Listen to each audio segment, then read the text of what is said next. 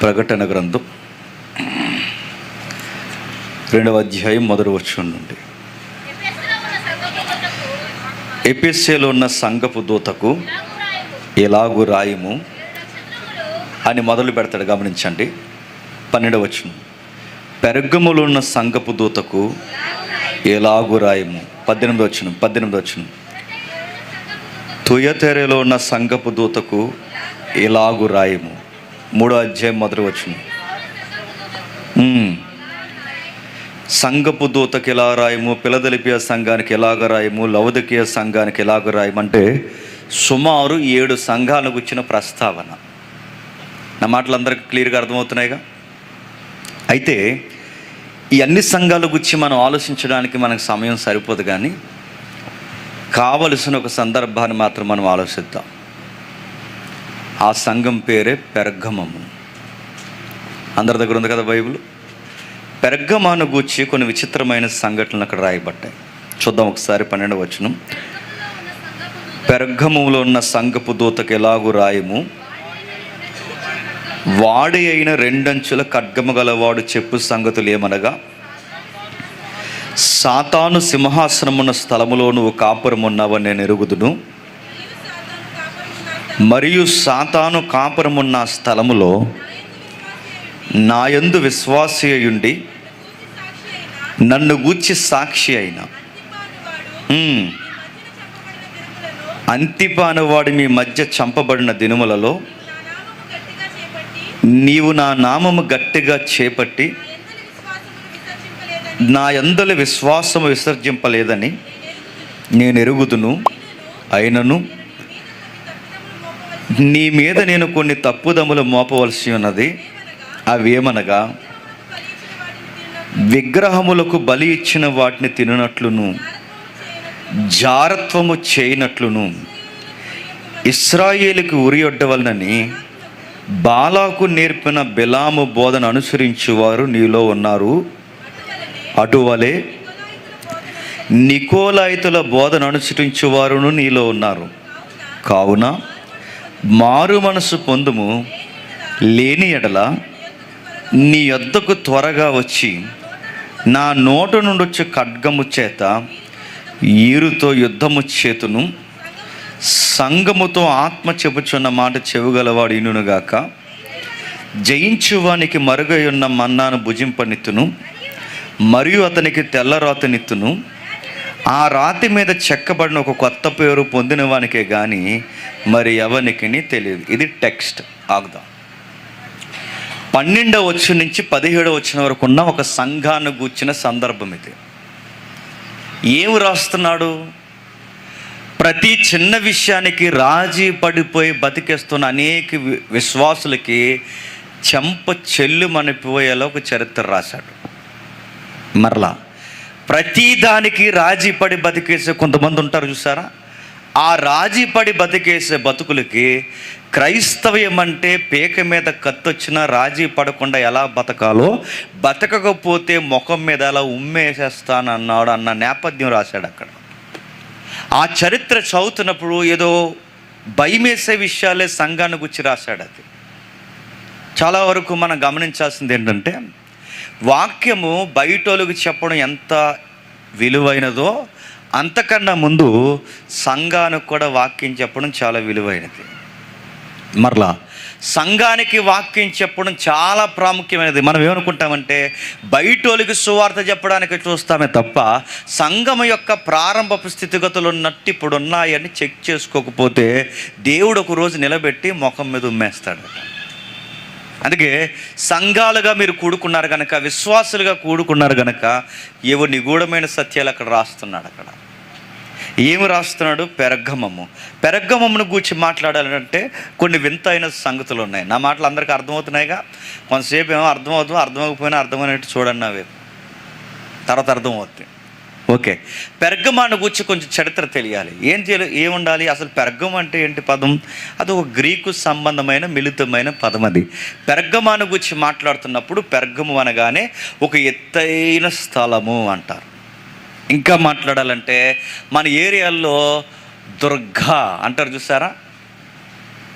ఆ దుర్గా అనే అర్థం వచ్చే పేరే దుర్గమము అని అర్థం.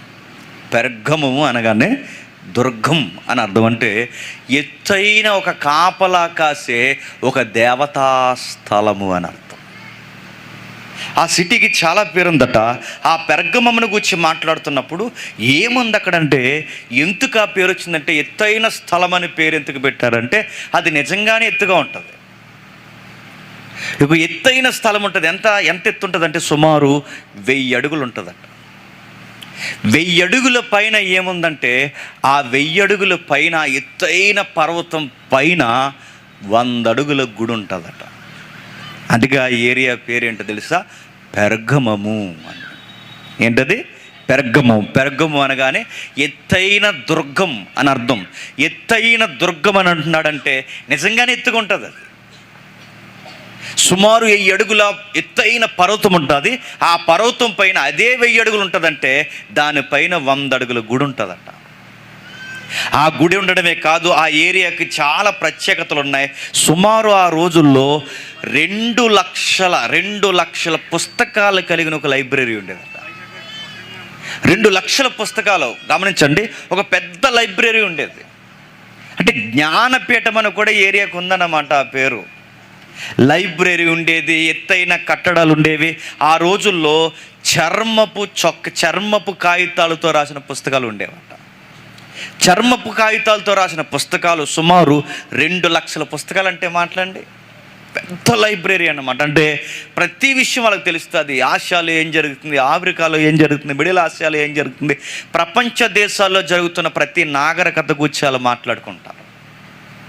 జ్ఞానవంతులు ఉన్నారు, విద్యావేత్తలు ఉన్నారు, పండిపోయిన పండితులు ఉన్నారు, ఎంతోమంది అక్కడ ఉన్నారు. పెద్ద పెద్ద కట్టడాలు ఉన్నాయి. ఆ ఏరియాలో ఎక్కువగా జరిగేది ఏంటంటే చక్రవర్తి పూజలు ఎక్కువ జరుగుతాయట. ఏ పూజలు? చక్రవర్తిని ఆరాధించాలి, తర్వాత మీ దేవుళ్ళు మీరు ఆరాధించుకోండి అని చెప్తారు.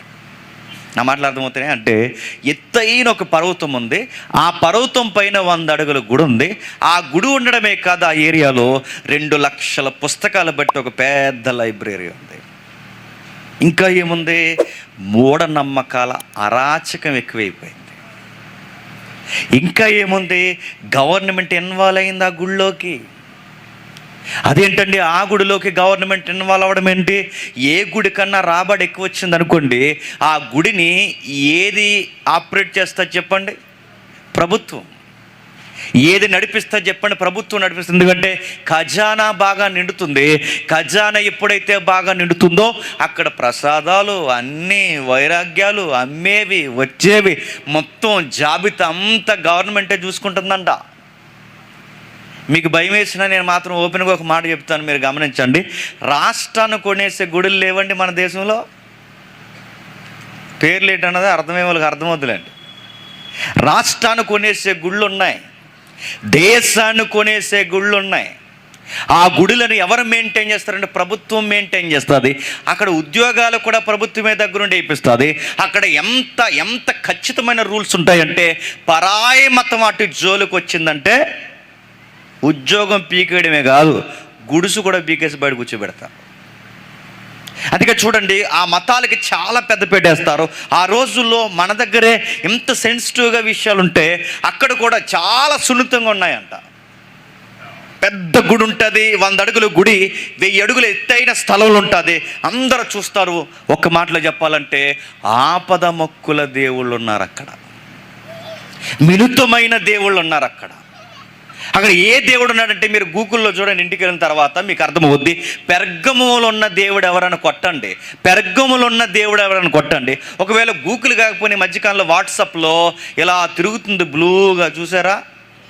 అదేదో అలా తిరుగుతుంది, పని లేక అనుకోకండి. దాన్ని అంటారు దాన్ని. అక్కడైనా టైప్ చేయండి, మీకు కావాల్సిన డీప్ ఇన్ఫర్మేషన్ ఇస్తుంది. అది ఏదో తిరుగుతుంది, అది ఏదో అనుకోకండి. మీకు కావాల్సిన ఏ ప్రశ్న వచ్చినా, మీకు ఎలాంటి డౌట్ వచ్చినా అక్కడ టైప్ చేసి దాన్ని ఒక్కసారి మీరు దాన్ని టైప్ చేసిన తర్వాత దాన్ని షేర్ చేశారనుకోండి, ఇలా వస్తుంది మనకి ఐకాన్ గుర్తు. అక్కడ కొడితే దాని ఇన్ఫర్మేషన్ అంతా వస్తుంది మనకి. నాకు ఇంగ్లీష్ అర్థం కావాలంటే దాన్ని కాపీ పేస్ట్ చేసి మనం ఏదో దాంట్లో వేసుకోవడమే. అర్థమవుద్దంటే చాలా పక్క ఇన్ఫర్మేషన్ ఇస్తుంది, అంటే 99% ఇన్ఫర్మేషన్ ఇస్తుంది.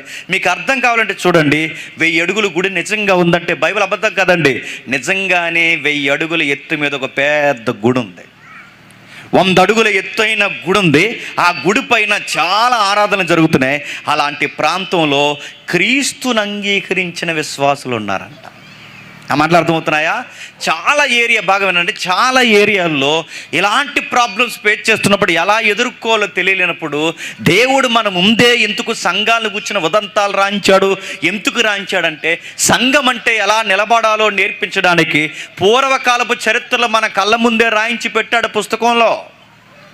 అందుకే ఆ సంఘ చరిత్రలు చదువుకున్నప్పుడు ఇప్పుడు సంఘాలు ఎలా నిలబడాలో మనకు అర్థమవుద్ది.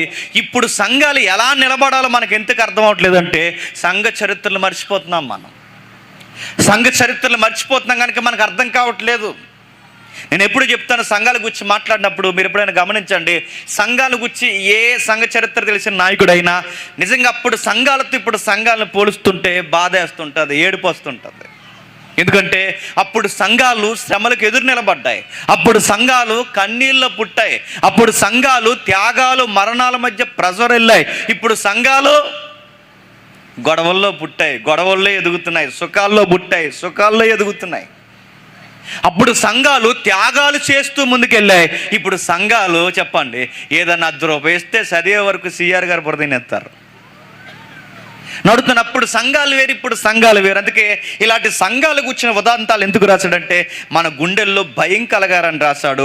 ఎన్ని రాశాడంటే పెర్గమాను కూర్చుని ఒక వింతైన చరిత్ర రాశాడు. ఎత్తైన గుడి ఉంది, ఎత్తైన స్థలంలో ఉంది. చాలామంది విదేశీయులు స్వదేశీయులు వచ్చి పోస్తుంటారు. ఆ పోతున్నప్పుడు చాలా ఖజానా వస్తుంది. ఇలాంటి టెంపులే ఎపిసిలో కూడా ఉండేది. ఆ ఏరియాలో గవర్నమెంట్ అండర్లో నడిచేవి ఈ గుళ్ళన్నీ. ఆ ఖజానా తీసుకుని గవర్నమెంట్ నడిపించేది. చాలా జీతబత్యాలు గుడికి కావాల్సి, గుడి నుంచి వస్తున్న అధిక రెవెన్యూ గవర్నమెంట్కి ఉపయోగపడేదట. అందుకే చూడండి, పాత 7 వింతలను చూస్తే 7 వింతల్లో 2 వింతలు బైబిల్లోనే ఉంటాయి, మనకు కనబడుతుంటాయి. 3-4 ఉన్నాయండి. అందులో ఈ గుడిలే 2 వింతలు ఉంటాయి. ఒకటి అర్తిమీ దేవి గుడి ఉంటుంది, రెండవది ఏంటో తెలుసా, పెర్గములో ఉన్న గుడి పాత 7 వింతల్లోకి వింతగా ఉంటుంది. అంటే పాత 7 వింతలు, ఆ పాత 7 వింతల్లో గుడే వింతగా ఉందంటే ఎంత శృంగారంగా కట్టుంటారు మీరు చూడండి. ఇలాంటి నాగరికతతో వెలసెళ్ళింది. ఏ దేవుడు ఉంటాడు అక్కడంటే బాగా వినాలి, అక్కడ స్వస్థత పరిచే దేవుడు ఉంటాడట. ఒక మాటలో చెప్పాలంటే ఆ 1000 అడుగుల గుడి పైన 100 అడుగుల గుడి కట్టు, క్షమించండి, 1000 అడుగులు ఎత్తైన పర్వతం మీద 100 అడుగులు గుడి కడితే ఆ గుడిలో ఏ దేవుడు ఉంటాడంటే స్వస్థపరిచే దేవుడు ఉంటాడంట. ఆ రోజుల్లో ఒక పెద్ద పేరుండేది, మెడికల్ సెంటర్ అనేవారట. ఇంకా మీకు బాగా అర్థం కావాలంటే ఆ రోజుల్లో హెల్త్కి సంబంధించిన స్పాస్ అంటారు చూసారా, అంటే ఈ యొక్క మసాజ్లు చేయడం, అక్కడ వచ్చిన వాళ్ళకి ఈ రోగులకి ఇలాగ అదే ఒళ్ళు నొక్కుతారుగా, ఆ నొక్కిన తర్వాత ఎక్కడ నొప్పి ఉందా అని ఈ మంత్రాలతో ఉచ్చారణ చేస్తే అదో రకమైన మెడికల్ సెంటర్ ఉండేదట ఆ ఏరియాలో. ఎక్కడ జరిగేది సెంటర్ అంటే ఆ గుడి పైన జరిగేదట. ఆ గుడికి పేరు ఉన్నది ఏంటో తెలుసా, స్వస్థతశాల అనేవారట. ఏ శాల? మన వాళ్ళకి చాలామంది తెలియదు ఏంటి చెప్పిన, ఈ పేరు మంద కాదు. చెప్పండి, ఏ పేరు? స్వస్థతశాల అనే పేరు మంద కాదు, స్వస్థతశాల అనే పేరు మంద కాదు. మన వాళ్ళు అరువు తెచ్చారు. ఆ పేరు ఎక్కడదంటే పెర్గం ఏరియాలో ఉండేది ఆ పేరు.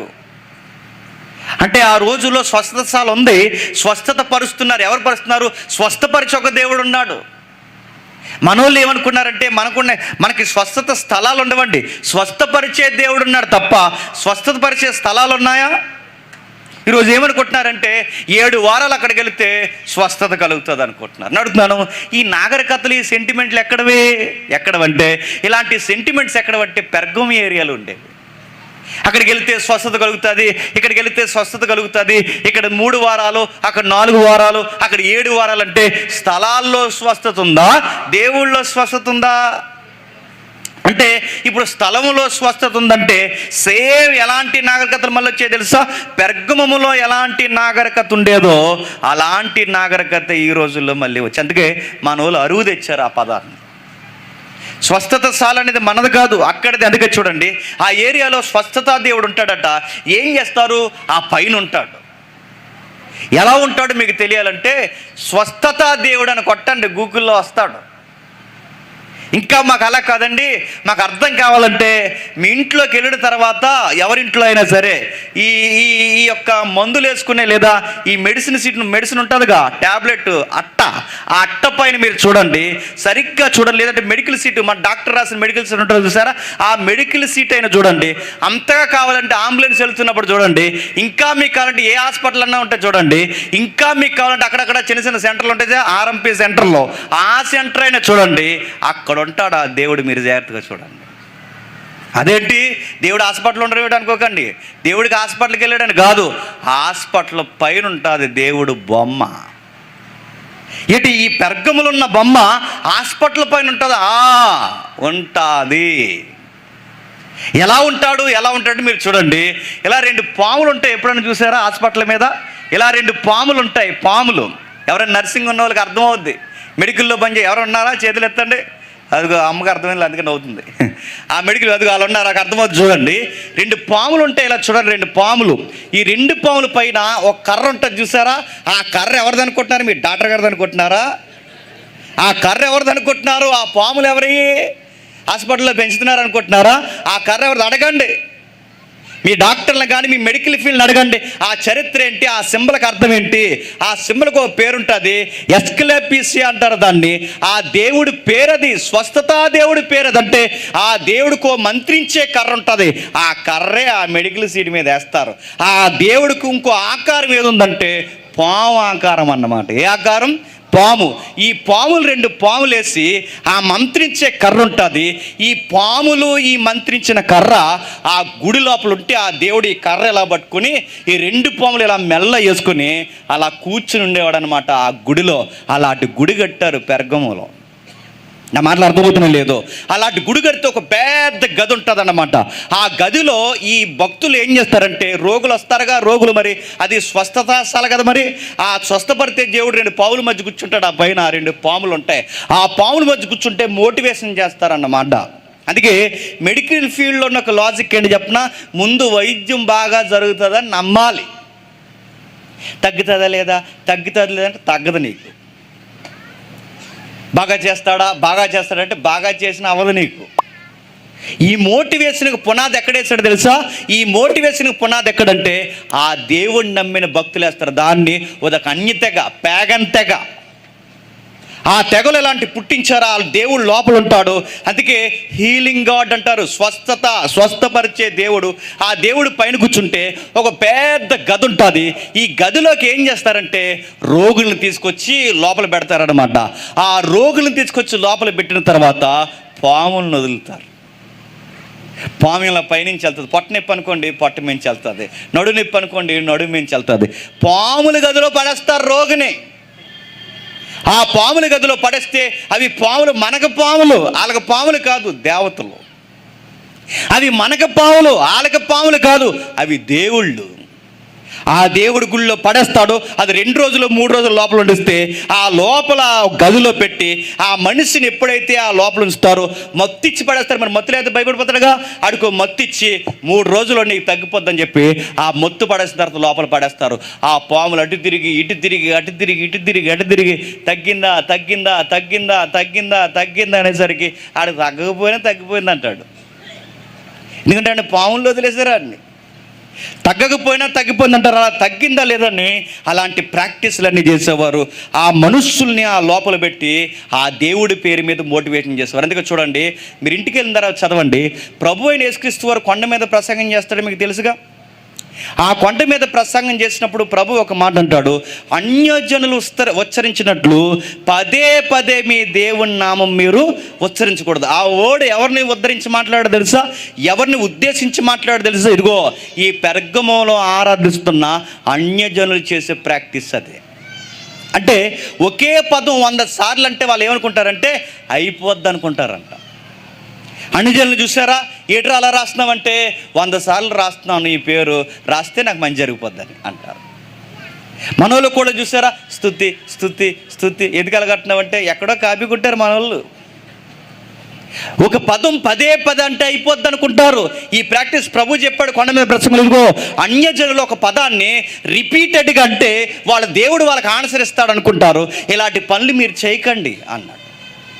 ఇలాంటి ప్రాక్టీస్లు అని చేస్తున్నట్టు రోగులు లోపల పెట్టి తగ్గిందంటే ఆ దేవుడి పేరు ఉచ్చరిస్తుంటారనమాట.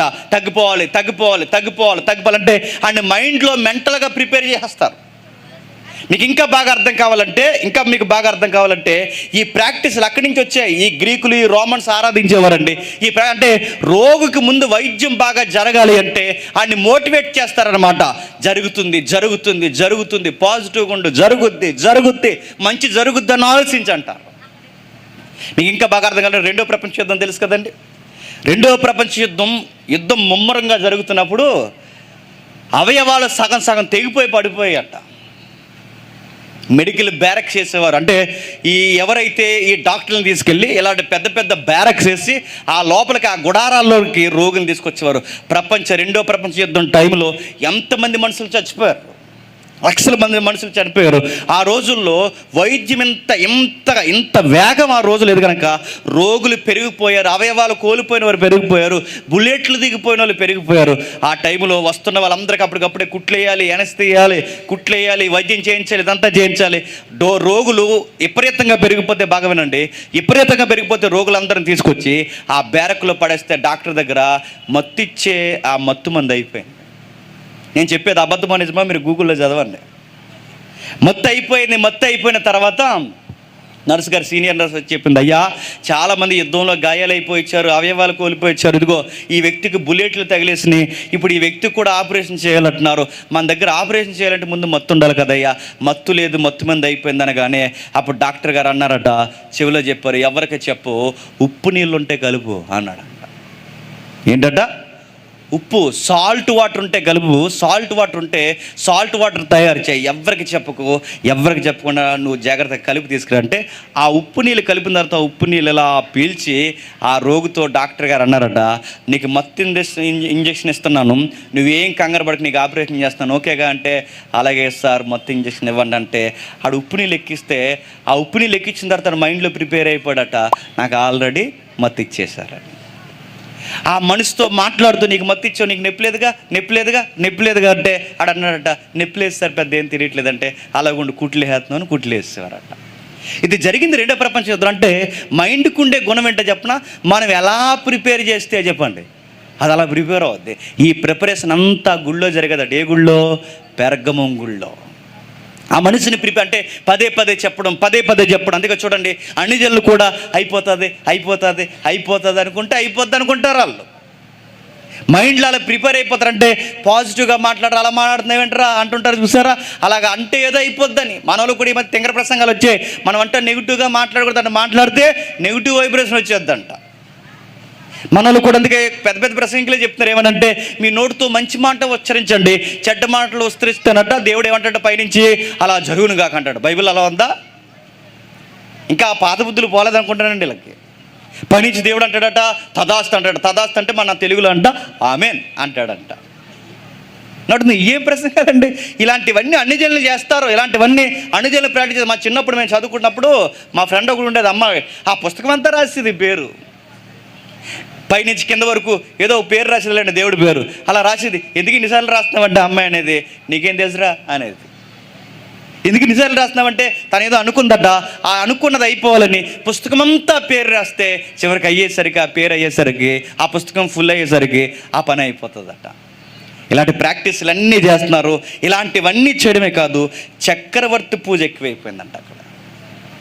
అలాంటి టైంలో దేవుడు ఇన్వాల్వ్ అయ్యాడు. ఒక మాట అంటున్నాడు 12వ అధ్యాయంలో 12వ వచనం నుండి, పెర్గములో ఉన్న సంఘపు దూతకు ఎలాగు రాయము, వాడి అయిన 2 అంచుల ఖడ్గము గలవాడు చెప్పు సంగతులు ఏమనగా, వాడి అయిన 2 అంచులు గల ఖడ్గము గలవాడు చెప్పు సంగతులు ఏమనగా, అంటే వాక్యం అనే ఖడ్గం పట్టుకుని దేవుడు నిలబడి చెప్పుతున్న సంగతులు ఏమనగా, సంగమా జాగ్రత్త, నువ్వెక్కడున్నావో తెలుసా? సాతాను సింహాసనం ఉన్న స్థలంలో ఉన్నావు. నువ్వెక్కడున్నావో తెలుసా? చక్రవర్తికి పూజలు చేసే స్థలంలో ఉన్నావు. నువ్వెక్కడున్నావో తెలుసా? మానవ బుద్ధులతో పుట్టిన స్వస్థత దేవుళ్ళ మధ్య ఉన్నావు. సంగమా, నువ్వెక్కడున్నావు తెలుసా? చక్రవర్తికి పూజలు అనుకునే స్థలంలో ఉన్నావు. ఒక్క మాటలో చెప్పాలంటే నువ్వు ఎలాంటి ఏరియాలో ఉన్నావంటే సాతానగాడికే పీటేసిన ఏరియాలో ఉన్నావు. సాతానుగాడికి ఏం వేశారట? ఆ ఏరియాలో సింహాసనం వేశారట. సాతానుగాడికి సింహాసనం వేయడం అంటే నిజంగా ఒక బంగారు సింహాసనం వేశారని కాదు. సాతానుగాడికి సింహాసనం వేయడం అంటే ఆడి కోరికలన్నీ నెరవేరే స్థలం అన్నది. మనుషులు పూజిస్తున్నారు, విగ్రహాలను పూజిస్తున్నారు, మనుషుల్ని చంపుకునే స్థాయికి వస్తున్నారు. ఆ దేవుణ్ణి పూజించకపోతే ఆడవారు మగవారు పిల్లలను కూడకుండా చంపేంత విగ్రహాల పేరు మీద వధ జరిగే కార్యక్రమాలు జరుగుతున్నాయి కనుక దేవుని చిత్తము కన్నా పెర్గమం అనే సిటీలో సాతానుగాడి చిత్తం ఎక్కువ జరుగుతుంది కనుక అక్కడ వాడి పీట ఉంది అని చెప్తాను. అంటే వాడి అధికారం బాగా నడుస్తుంది అక్కడ. సాతాను సింహాసనం ఉన్న స్థలంలో ఉన్నావు. సాతానుగాడు ఏది చెప్తే అక్కడ చేసే మనుషులు ఎక్కువైపోయారు. సాతాను సింహాసనం స్థలంలో నువ్వు కాపురం ఉన్నావని నాకు తెలుసు. నువ్వు సాతానుగాడున్న స్థలంలో ఉన్నా నువ్వు చూడాల్సింది సాతానుగాడి వైపు కాదు, స్వస్థత దేవుడి వైపు కాదు, చక్రవర్తి వైపు కాదు. నీ ముందు ఎన్ని వైరాగ్యాలు జరిగినా సంగమా నువ్వు నా వైపే చూడాలి. నేను ఎందుకు ఈ మాట చెప్తున్నాను తెలుసా? 2 లక్షల రూపాయలు గవర్నమెంట్ తరపున ఇస్తున్నారు, మీరు క్రైస్తవులు కాదని రాస్తారా అంటే నేను అడుగుతున్నాను. రాసేయడానికి ఎగబడిపోయి ఎక్కువైపోయారు. లేరు, అలాంటి వాళ్ళు లేరు అడుగుతున్నాను. రాలేదు రూల్స్ అలాంటి వస్తువుకో. ఇలా క్రైస్తవులు కాదని ఎవరైతే ధ్రువపత్రిక రాయించుకుంటారో అట్టి వారికి పౌరసత్వం ఉంటుంది. లేని వారికి డబ్బు ఉండదు, పౌరసత్వం ఉండదు, కేటగిరీ ఉండదు, రిజర్వేషన్లు ఉండవు, నీకేమీ రావు, మీకు చాలా ఇబ్బందులు కలుగుతాయి అన్నప్పుడు ఎంతమంది క్రైస్తవులు అని చెప్పుకోవడానికి సిద్ధంగా ఉంటారు చెప్పండి? కష్టం. ఎందుకంటే కేవలం సర్టిఫికేట్ల కోసం దేవుడిని ఎరగమని చెప్పేవాళ్ళు ఉన్నారు, కేవలం ఆధార్ కార్డుల కోసం దేవుడిని ఎరగమని చెప్పేవాళ్ళు ఉన్నారు, గవర్నమెంట్ జాబుల్లో దేవుడు అంటే తెలియనట్టు వ్యవహరించే వ్యక్తులు ఉన్నారు. ఇలాంటి పరిస్థితులు ఉన్న వారందరికీ గుండెల్లో భయం పుట్టే మాట తెలుసా? సాతానుగాడు సింహాసనం నీ ఇంట్లోనూ, నీ ఉద్యోగ స్థలంలోనూ, నీ నివాస స్థలంలో వేసిన నన్ను ఎరగనని అనే సంఘం ఎక్కడుందని ఎత్తుక్కుంటాడు. గుర్తుపెట్టుకోండి. నేను ఎందుకు ఈ మాటలు చెప్తున్నాను తెలుసా? గవర్నమెంట్లు మారిపోతే ప్రసంగాలు మార్చేసే బోధకులు ఎక్కువైపోయారు ఈ మధ్య. గవర్నమెంట్ మారిపోతే మార్చేస్తావా? నేను అడుగుతున్నాను. గవర్నమెంట్ మారిపోతే, సెంట్రల్ మారిపోతే, స్టేట్ మారిపోతే మార్చేస్తావా? మన బతికేది గవర్నమెంట్ కొరకు కాదు, మన బతికేది రాజకీయం కొరకు కాదు, మన బతికేది లోకల్ ఎమ్మెల్యే కోసం కాదు, మన బతికేది ఎవరి కోసం కాదు, మన బ్రతికేది మన కొరకు ప్రాణం పెట్టిన నజరుడైన యేసు కొరకు. ఆయన కొరకు మనం జీవిస్తున్నప్పుడు అడుగుతున్నాయి వస్తే రానే కొత్త చట్టాలు, రానే కొత్త చట్టాలు వస్తే మణిపూర్లో గొడవ, ఛత్తీస్గఢ్లో గొడవ, రేపు తెలంగాణలో గొడవ, రేపు ఏపీలో గొడవ, రేపు కోనసీమలో గొడవ వస్తే పిరికి దేవుడిని నమ్మలేదు, రానే ఇలా నిలబడగలవని అడుగుతున్నట. ఆ నిలబడగలవని సంఘంతో అడుగుతున్నట. పెర్గమము సంఘమా, ఇంకో కత్తి పట్టుకుని నిలబడ్డాను జాగ్రత్త అన్నాడట.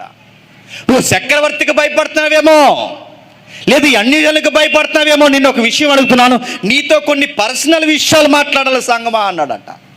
నేను నిన్ను నిశ్చితార్థం చేసుకున్నాను, నిన్ను నేను నిబంధన చేసుకున్నాను, నీతో నేను జత కట్టాలని సిద్ధమయ్యాను, నాతో నిశ్చితార్థం జరిగిన నీవు నీ చూపులు ఎందుకు పక్కకి వెళ్తున్నాయని అడిగాడు ఆయన.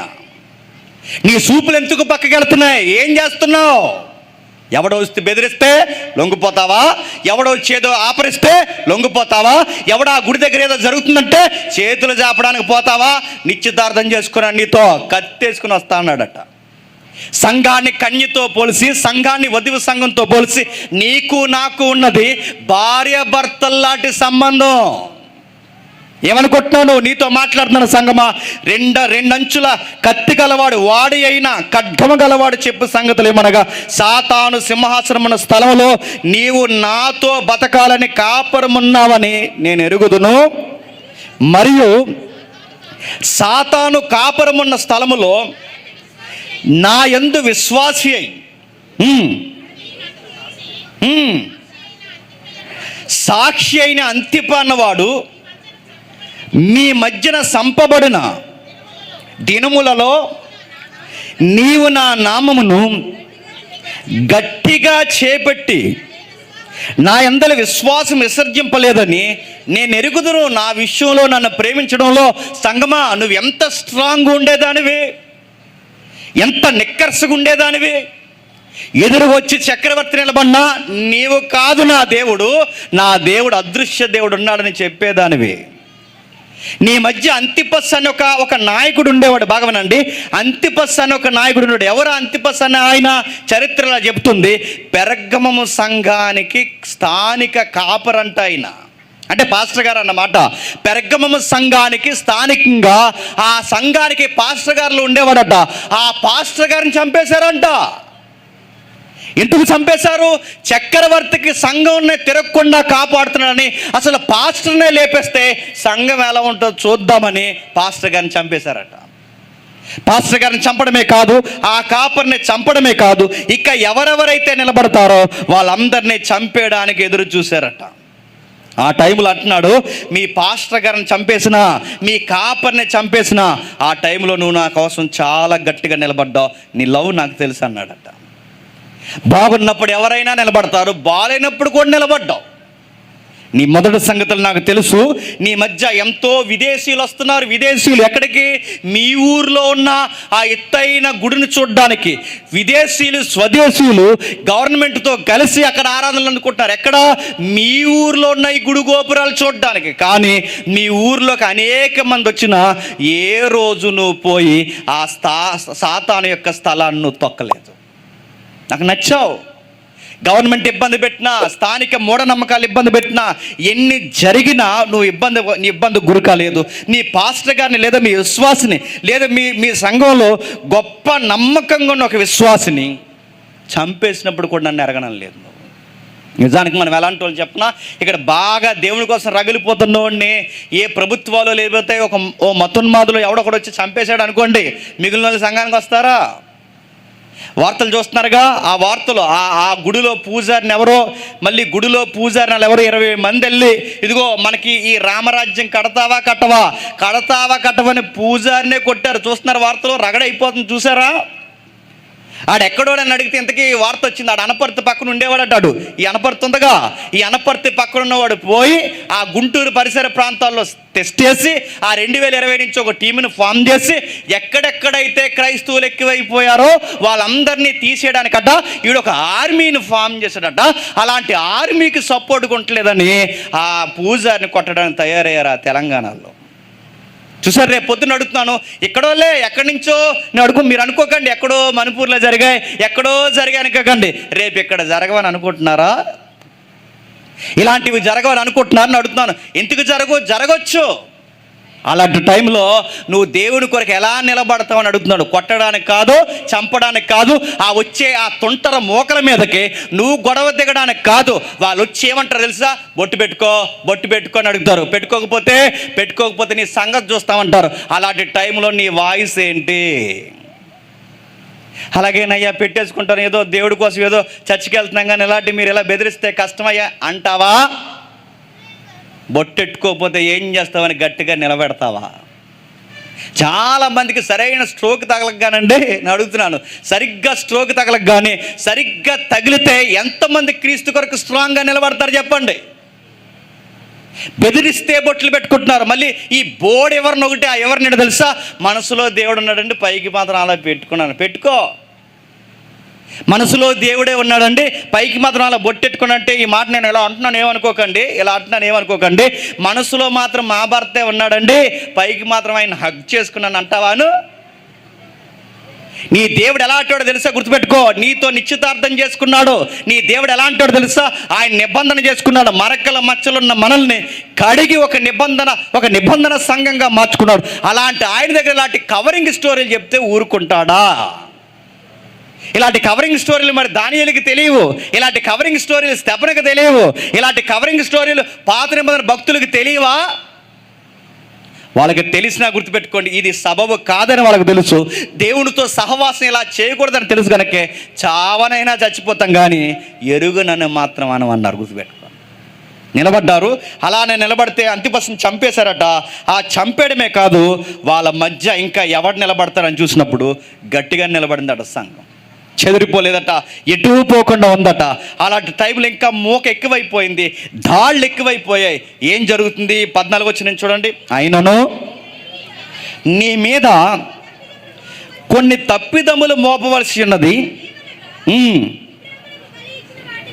విగ్రహములకు బలి ఇచ్చిన వాటిని నీవు తినునట్లు జారత్వము చేయనట్లును ఇశ్రాయేలీలకు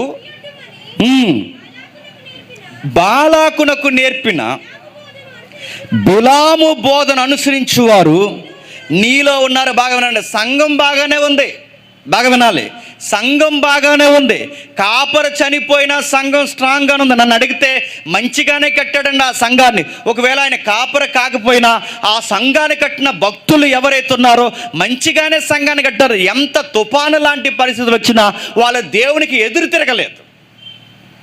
సాతానుగాడు ఎలాంటోడు తెలుసా? రాత్రి విన్నాగా, సాతానుగాడు ఎలాంటోడు అంటే ముందు బయట నుంచి శ్రమలు పెడతాడు. బాగా వినాలి, బయట నుంచి రోగాలని, ఇబ్బందులని, ఖడ్గమని, రకరకాల విషయాలు మన మీద గెంటినప్పుడు మనం ఏం చేస్తామంటే బెదిరిపోం. రాత్రి విన్నాగా, శ్రమ వచ్చినా, ఇబ్బంది వచ్చినా, ఏ సమస్య వచ్చినా దేవుని కొరకు స్ట్రాంగ్గా నిలబడతాం. ఎందుకంటే మనకు దేవుడు అర్థమయ్యాడు కనుక.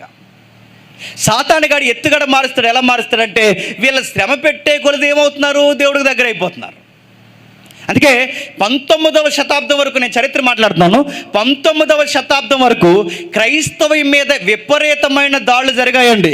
19వ శతాబ్దం దగ్గర నుంచే ఆ మెజారిటీ దాడులు తగ్గాయి. ఎందుకు తగ్గాయి తెలుసా? సాతానుగాడు ట్రెండ్ మార్చాడట. ఒక చరిత్రకారు అన్నాడు, ఎందుకు ట్రెండ్ మార్చాడు? వీళ్ళని చంపేకూడదు. ఏమవుతున్నారంటే వీళ్ళు యేసు ప్రభు కొరకు ఇంకా స్ట్రాంగ్గా నిలబడిపోతున్నారు. ఇదిగో అంతిపస్సుని చంపారు, సంఘం అంతా గట్టిగా నిలబడింది. రాత్రి మనం రోమ్ కొలీసియం స్టోరీ మనం చదివాం. ఆ 7 పిల్లలను చంపిన పిల్లలు చనిపోయిన తప్ప క్రీస్తుని ఎరగనని మాత్రం అనలేదు. అంటే అందరికి అర్థమైంది ఏంటో తెలుసా? వీళ్ళని చంపే కొలది ఎక్కువైపోతారు, కొట్టే కొలది ఎక్కువైపోతారు, క్రైస్తవులు హింసించే కొలది విశ్వాసంలో పెరిగిపోతారు. ఉదయం ఎవరింటికొని వెళ్ళినప్పుడు ప్రేయర్ చేస్తుంటే ఉదయం ఒకరు వచ్చారు మా ఇంటికి. వాళ్ళు ప్రేయర్ చేస్తున్నప్పుడు ఒక మాట అన్నారు, ఆ సిస్టర్ కోవిడ్ వెళ్తున్నప్పుడు వాళ్ళు కోరుకున్నారట. ఏం కోరుకున్నారో తెలుసా? మీకు ఎవరు కావాలి అని అడిగితే మాకు వాళ్ళు వెళ్ళొద్దు, కానీ మా ఇంటికి పనిచేసే వాళ్ళు క్రిస్టియన్స్ ఉంటేనే తీసుకురండి అన్నారట. దేవుడు గుర్తుపెట్టుకోండి, సంఘాన్ని ఎప్పుడు గుర్తుపెట్టుకోండి, సంఘాన్ని కానీ చరిత్రను కానీ ఎప్పుడు స్ట్రాంగ్ ఉంటుంది చెప్పిన సంఘం ఎప్పుడు స్ట్రాంగ్ ఉంటుందంటే ఎక్కడ బాగా బిగిసిపోయే పరిస్థితులు ఉంటాయో, ఎక్కడ సమస్యలు ఎక్కువ ఉంటాయో అక్కడే సంఘం ఎలా ఉంటుంది చెప్పండి? స్ట్రాంగ్గా ఉంటుంది. మనం అనుకుంటాం అన్నీ ఉంటే బాగా భక్తిగా ఉంటాం అనుకుంటాం. కాదు, నష్టాలు కష్టాలు ఉన్నప్పుడే భక్తిగా ఉంటాం, ఇబ్బందులు ఉన్నప్పుడే భక్తిగా ఉంటాం. అందుకే ఇప్పుడు క్రైస్తవ సర్వేలో లేదా సర్వే లెక్కల ప్రకారం క్వాలిటీ చర్చ్ ఎక్కడుందని సర్వే తీస్తే చైనాలో ఉందంట. రెండోది ఎక్కడుందో తెలుసా? దేవుని కొరకు నిక్కర్స్గా బతికే వాళ్ళు ఎక్కడున్నారంటే మళ్ళీ అరబ్ దేశాల్లో ఉన్నారంట. ఎందుకు? ఆ 2 దేశాల్లోనే ఎందుకున్నారు తెలుసా?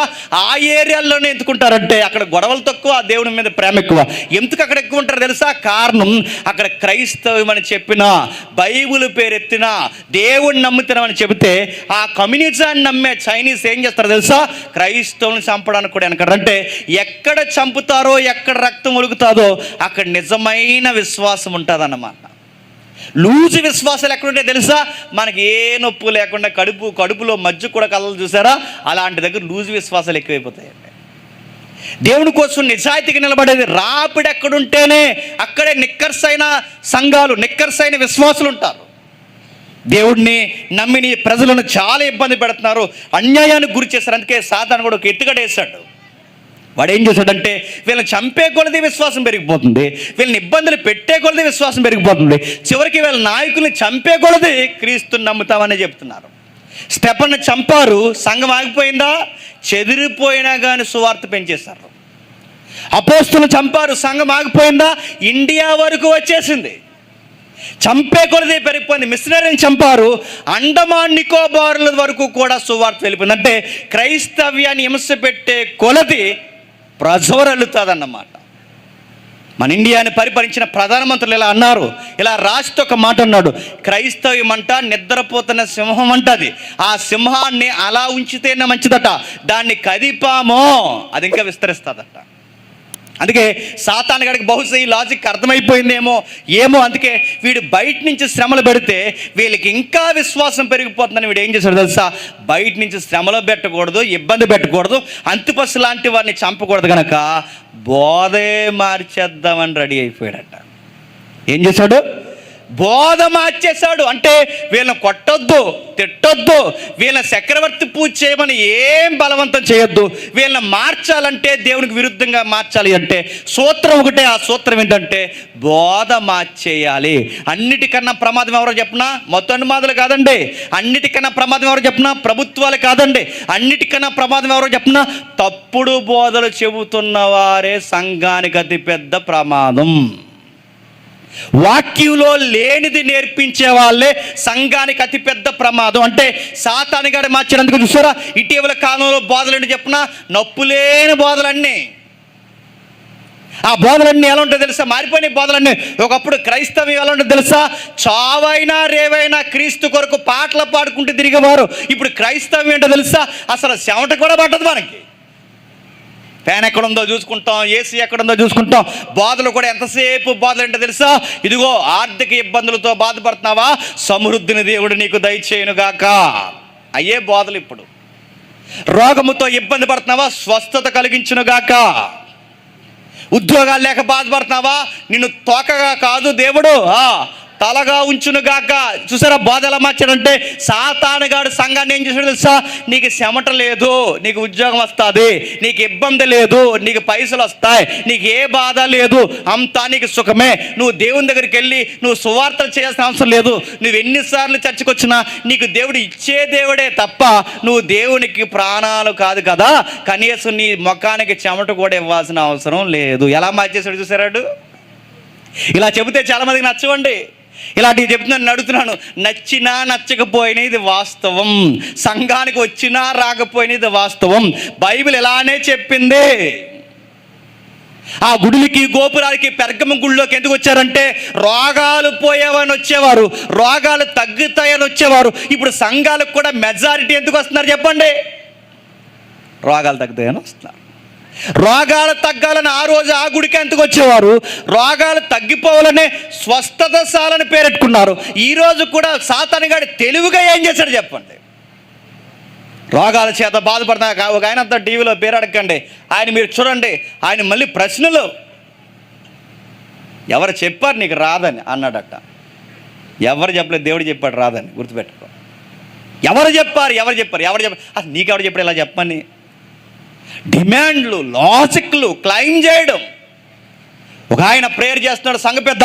ఆ ప్రేయర్ చేస్తే ఏమన్నా తెలుసా? ఇలా బలను కొట్టే, ఇలా గట్టిగా బలను కొట్టే, ఎవడో నీకు ఇవ్వనది దేవుడు అన్నది అంటున్నాడు. దేవుడు ఎవడని ఎవడు చెప్పాడు? నీకు ఇస్తాడు. ఇదిగో నజరేయుడైన యేసు నామమున నీకు ఆజ్ఞాపిస్తున్నాడు, జరుగునుగాక అంటున్నాడు. ఈ డిమాండ్లు ఎక్కడయ్యాయి అని అడుగుతున్నాను నేను. నువ్వేం చెప్తున్నావు? సంఘానికి పైసలు వస్తాయని చెప్తున్నావా? స్వస్థత వస్తుందని చెప్తున్నావా? ఏం చెప్తున్నావు? చెప్పొద్దంటలేదు. దేవుడు ఇవ్వడని అంటలేదు, డబ్బులు ఇవ్వని దేవుడని అంటలేదు, నీకు రోగం తగ్గించిన దేవుడని అంటలేదు, నీకు బిడ్డలను ఇవ్వడని అంటలేదు. కానీ వీటి కొరకు దేవుని దగ్గరకు రావద్దు. ఇలాంటి మైండ్ సెట్ కానీ నీకు అలవాటు అయిందంటే ఇచ్చే వరకు వస్తావు. ఒకవేళ ఇవ్వకపోతే ఇక్కడ పని అవట్లేదు, అక్కడ పని అవుతుందంటే ఆ గుడికి పోతావు. నువ్వు పోవో. ఇక్కడ 3 వారాలు, అక్కడ 7 వారాలు అంటే అక్కడ పోతావు. ఇలాంటి మైండ్ సెట్ ఉంటే అక్కడ 7 వారాలు వెళుతుంది, అక్కడ కూడా పనకపోతే ఇక్కడ కదా సముద్రం ఒడ్డున ఉన్నాడు ఒక వింత అయిన దేవుడు, అక్కడికి రా అంటే పోతావు. నీకు కావాల్సింది ఏంటంటే నీకు దేవుడు కావాలి. నీకు కావాల్సింది ఏంటంటే నీకు లాభాలు ఇచ్చే దేవుడు కాదు. ఇలాంటివి చెప్పకూడదు, నీకు నచ్చదు. దేవుడు నీ ఇచ్చే డబ్బు కాదు, నీ యొక్క నిక్కర్స్ అయిన జీవితం పడితే ఇది నచ్చదు నీకు. నీకేం కావాలో తెలుసా? నీకు ఎంతసేపు ఏం కావాలంటే ఇదిగో ఇస్తాడు, అదిగో ఇస్తాడు. అందుకే మన ప్రార్థనలు కూడా ఎలా ఉంటాయి తెలుసా? మమ్మల్ని దీవించే, మా పిల్లల్ని దీవించే, మా పిల్లలు పురుళ్ళు దీవించే, వాళ్ళ పిల్లలు కూడా దీవించే, ఆ స్కూల్కి వెళ్తున్నారు మార్గం మధ్యలో కాపాడే. ఇంకెంతసేపు ఇదే గొడవ తప్ప నీ ప్రాణాలు దేవుడు అడుగుతున్నాడంటే నువ్వు ఒప్పుకుంటావా? ప్రభుత్వాలు మారాయి, పరిస్థితులు మారాయి, దేవునికి వస్తే ఇలా నిక్కర్స్గా నిలబడతావు, నిన్ను అడిగితే ఒప్పుకుంటావా? ఇలాంటి పరిస్థితి పెర్గమ సంఘానికి వచ్చింది. ఇది క్రియేట్ చేసిన స్టోరీ కాదు, ఎవరో కల్పించిన కథాంశం కాదు, చరిత్రలో నిజంగానే జరిగింది. ఆ జరిగిన సంగతి 7 సంఘాల చరిత్ర ఎందుకు రాశాడంటే జీవితాంతం మన సంఘాలు చదువుకోవాలని రాశాడు. సంఘం అంటే ఎలా ఉండాలి నేర్చుకోవాలని రాశాడు. అంటున్నాడు చూడండి, నీ మీద కొన్ని తప్పుదాలు మోపాల్సి ఉంది, నిన్ను కొట్టే కొలిది గట్టిగా నిలబడ్డావు, మీ అంతిపస్ అన్నవాడిని చంపినప్పుడు కూడా గట్టిగా నిలబడ్డావు, నీకు శ్రమలు గురి చేసే కొలిది గట్టిగా నిలబడ్డావు, చక్రవర్తికి జై కొట్టమన్నప్పుడు కూడా కొట్టగానే నిలబడ్డావు. అంతా బాగానే ఉంది.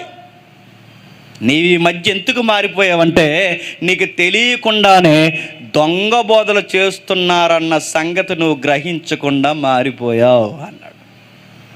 నువ్వు చంపినప్పుడు భయపడలేదు, నీ ముఖం మీద కత్తి ఎత్తినప్పుడు భయపడలేదు, నిన్ను చంపడానికి చక్రవర్తులు సైతం జై కొట్టకపోతే చంపేస్తానన్న చట్టాలు చేసినప్పుడు భయపడలేదు, ఎప్పుడూ భయపడలేదు. కానీ ఎప్పుడు నువ్వు నన్ను ఎరగననలేదు, మారిపోలేదు. కానీ ఇటీవల కాలంలో నువ్వు మారిపోయావు సంగమా. ఎలా మారిపోయావు తెలుసా? సాతానుగాడు ఎత్తుగడేశాడు. వాడు బయట నుంచి బాధలు పెడితే నువ్వు ఇంకా నా కోసం గట్టిగా నిలబడుతున్నావు కనుక ఆడు నిన్ను వినే విధానమే మార్చేశాడు. వాడు ఏం చెప్పాడట, వచ్చి ఏం చెప్తున్నాడు? 14 వచ్చి నుంచి, నీ మీద నేను కొన్ని తప్పుదమ్ములు మోపవలసి ఉన్నది. అవి ఏమనగా, విగ్రహములకు బలి ఇచ్చిన వాటిని తినునట్లును, ఇశ్రాయేళ్లకు ఉరియొడ్డవలవని బాలాకునకు నేర్పిన బిలాము బోధన అనుసరించేవారు నీలో ఉన్నారు.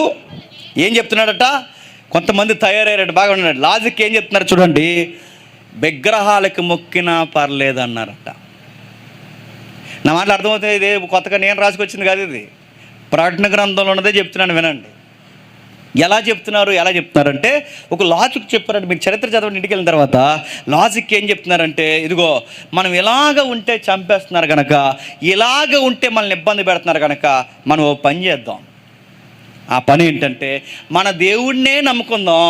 కానీ ఇలాంటి ఆజ్ఞలు మన మీదకి వచ్చినప్పుడు, మన మీదకి శ్రమ వచ్చినప్పుడు, లోపల మన దేవుడిని నమ్ముకుందాం, బయటికి మాత్రం చెప్పండి విగ్రహానికి దండం పెడదాం. అప్పుడు ఆ గవర్నమెంట్ మనల్ని ఏం చేయకుండా వెళ్ళిపోతుందని చెప్పే బోధలు వచ్చాయట పెర్గము సంఘంలోకి. నేను మళ్ళీ అడుగుతున్నాను, ఏమనుకోకండి. ఇటీవల కాలంలో ఇలాంటి బోధలు మీకు వినబడుతున్నాయా లేదా? వినబడుతున్నాయి.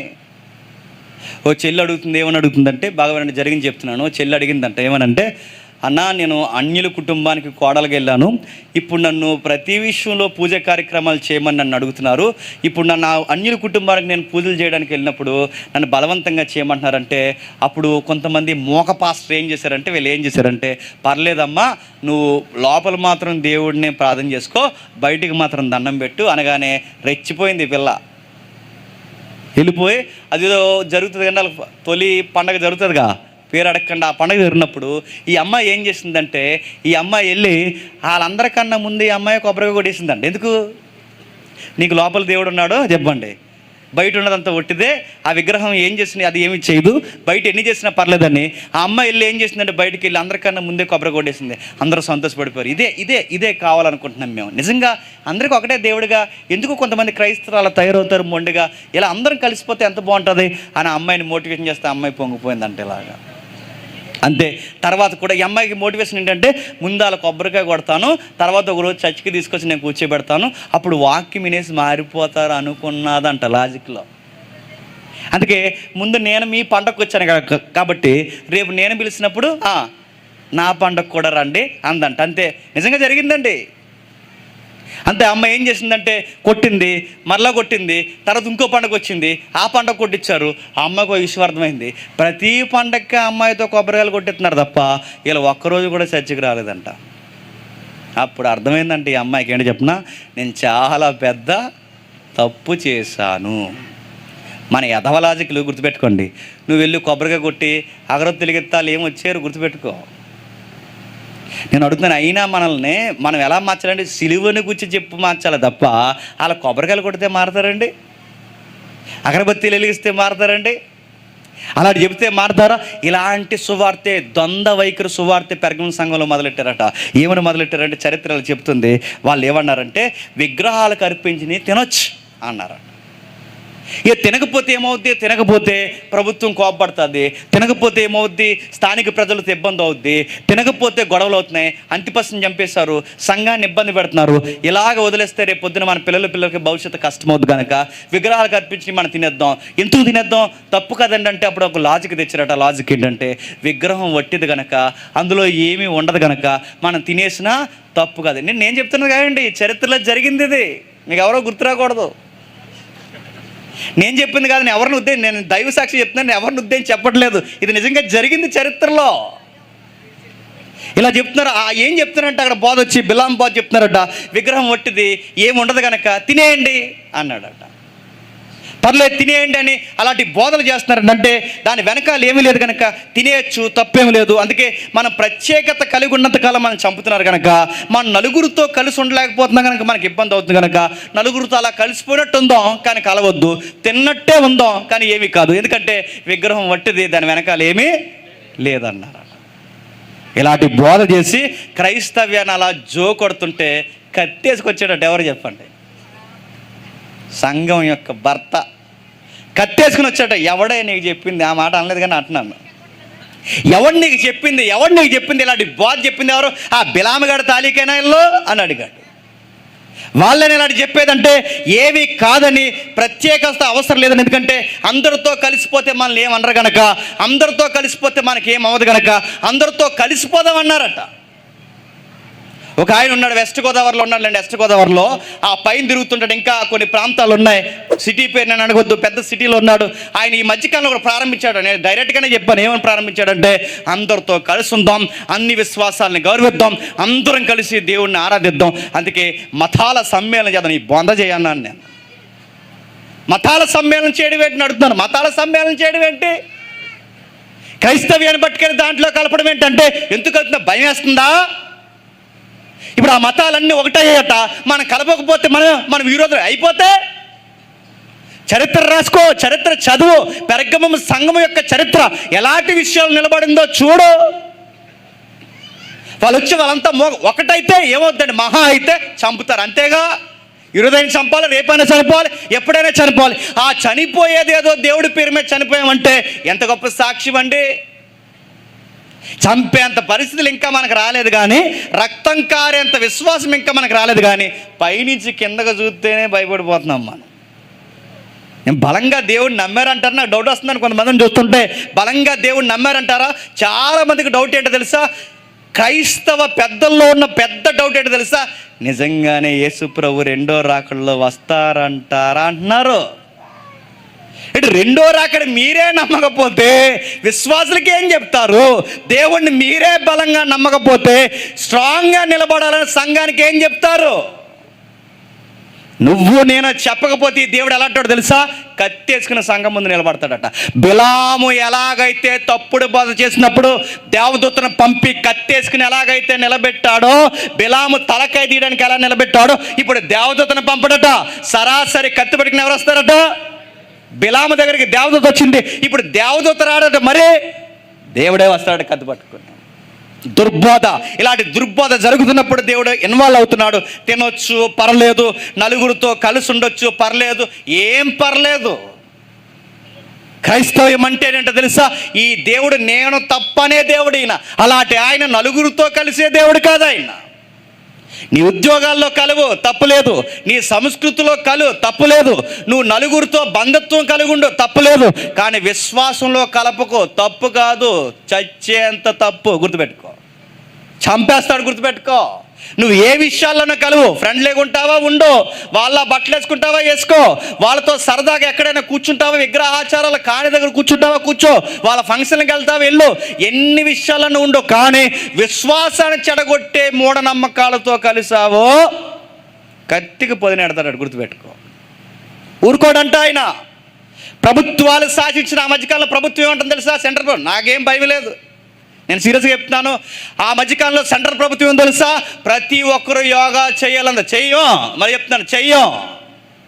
యోగా చేయాలండి. ఎందుకు చేయాలి యోగా? యోగాకు మూలం ఏంటో తెలుసా? అది బయలారాధనది. యోగా మీరు ఇంటికి వెళ్ళిన తర్వాత చదవండి, దాని మూలం ఏంటో, దాని ఆరిజిన్ ఏంటో చదవండి. అది బయలు దేవత ఆరాధన. బయలు అంటే సూర్యుడిని ఆరాధిస్తారు, సూర్యుడికి 12 నమస్కారాలు పెట్టేదే చెప్పండి యోగా.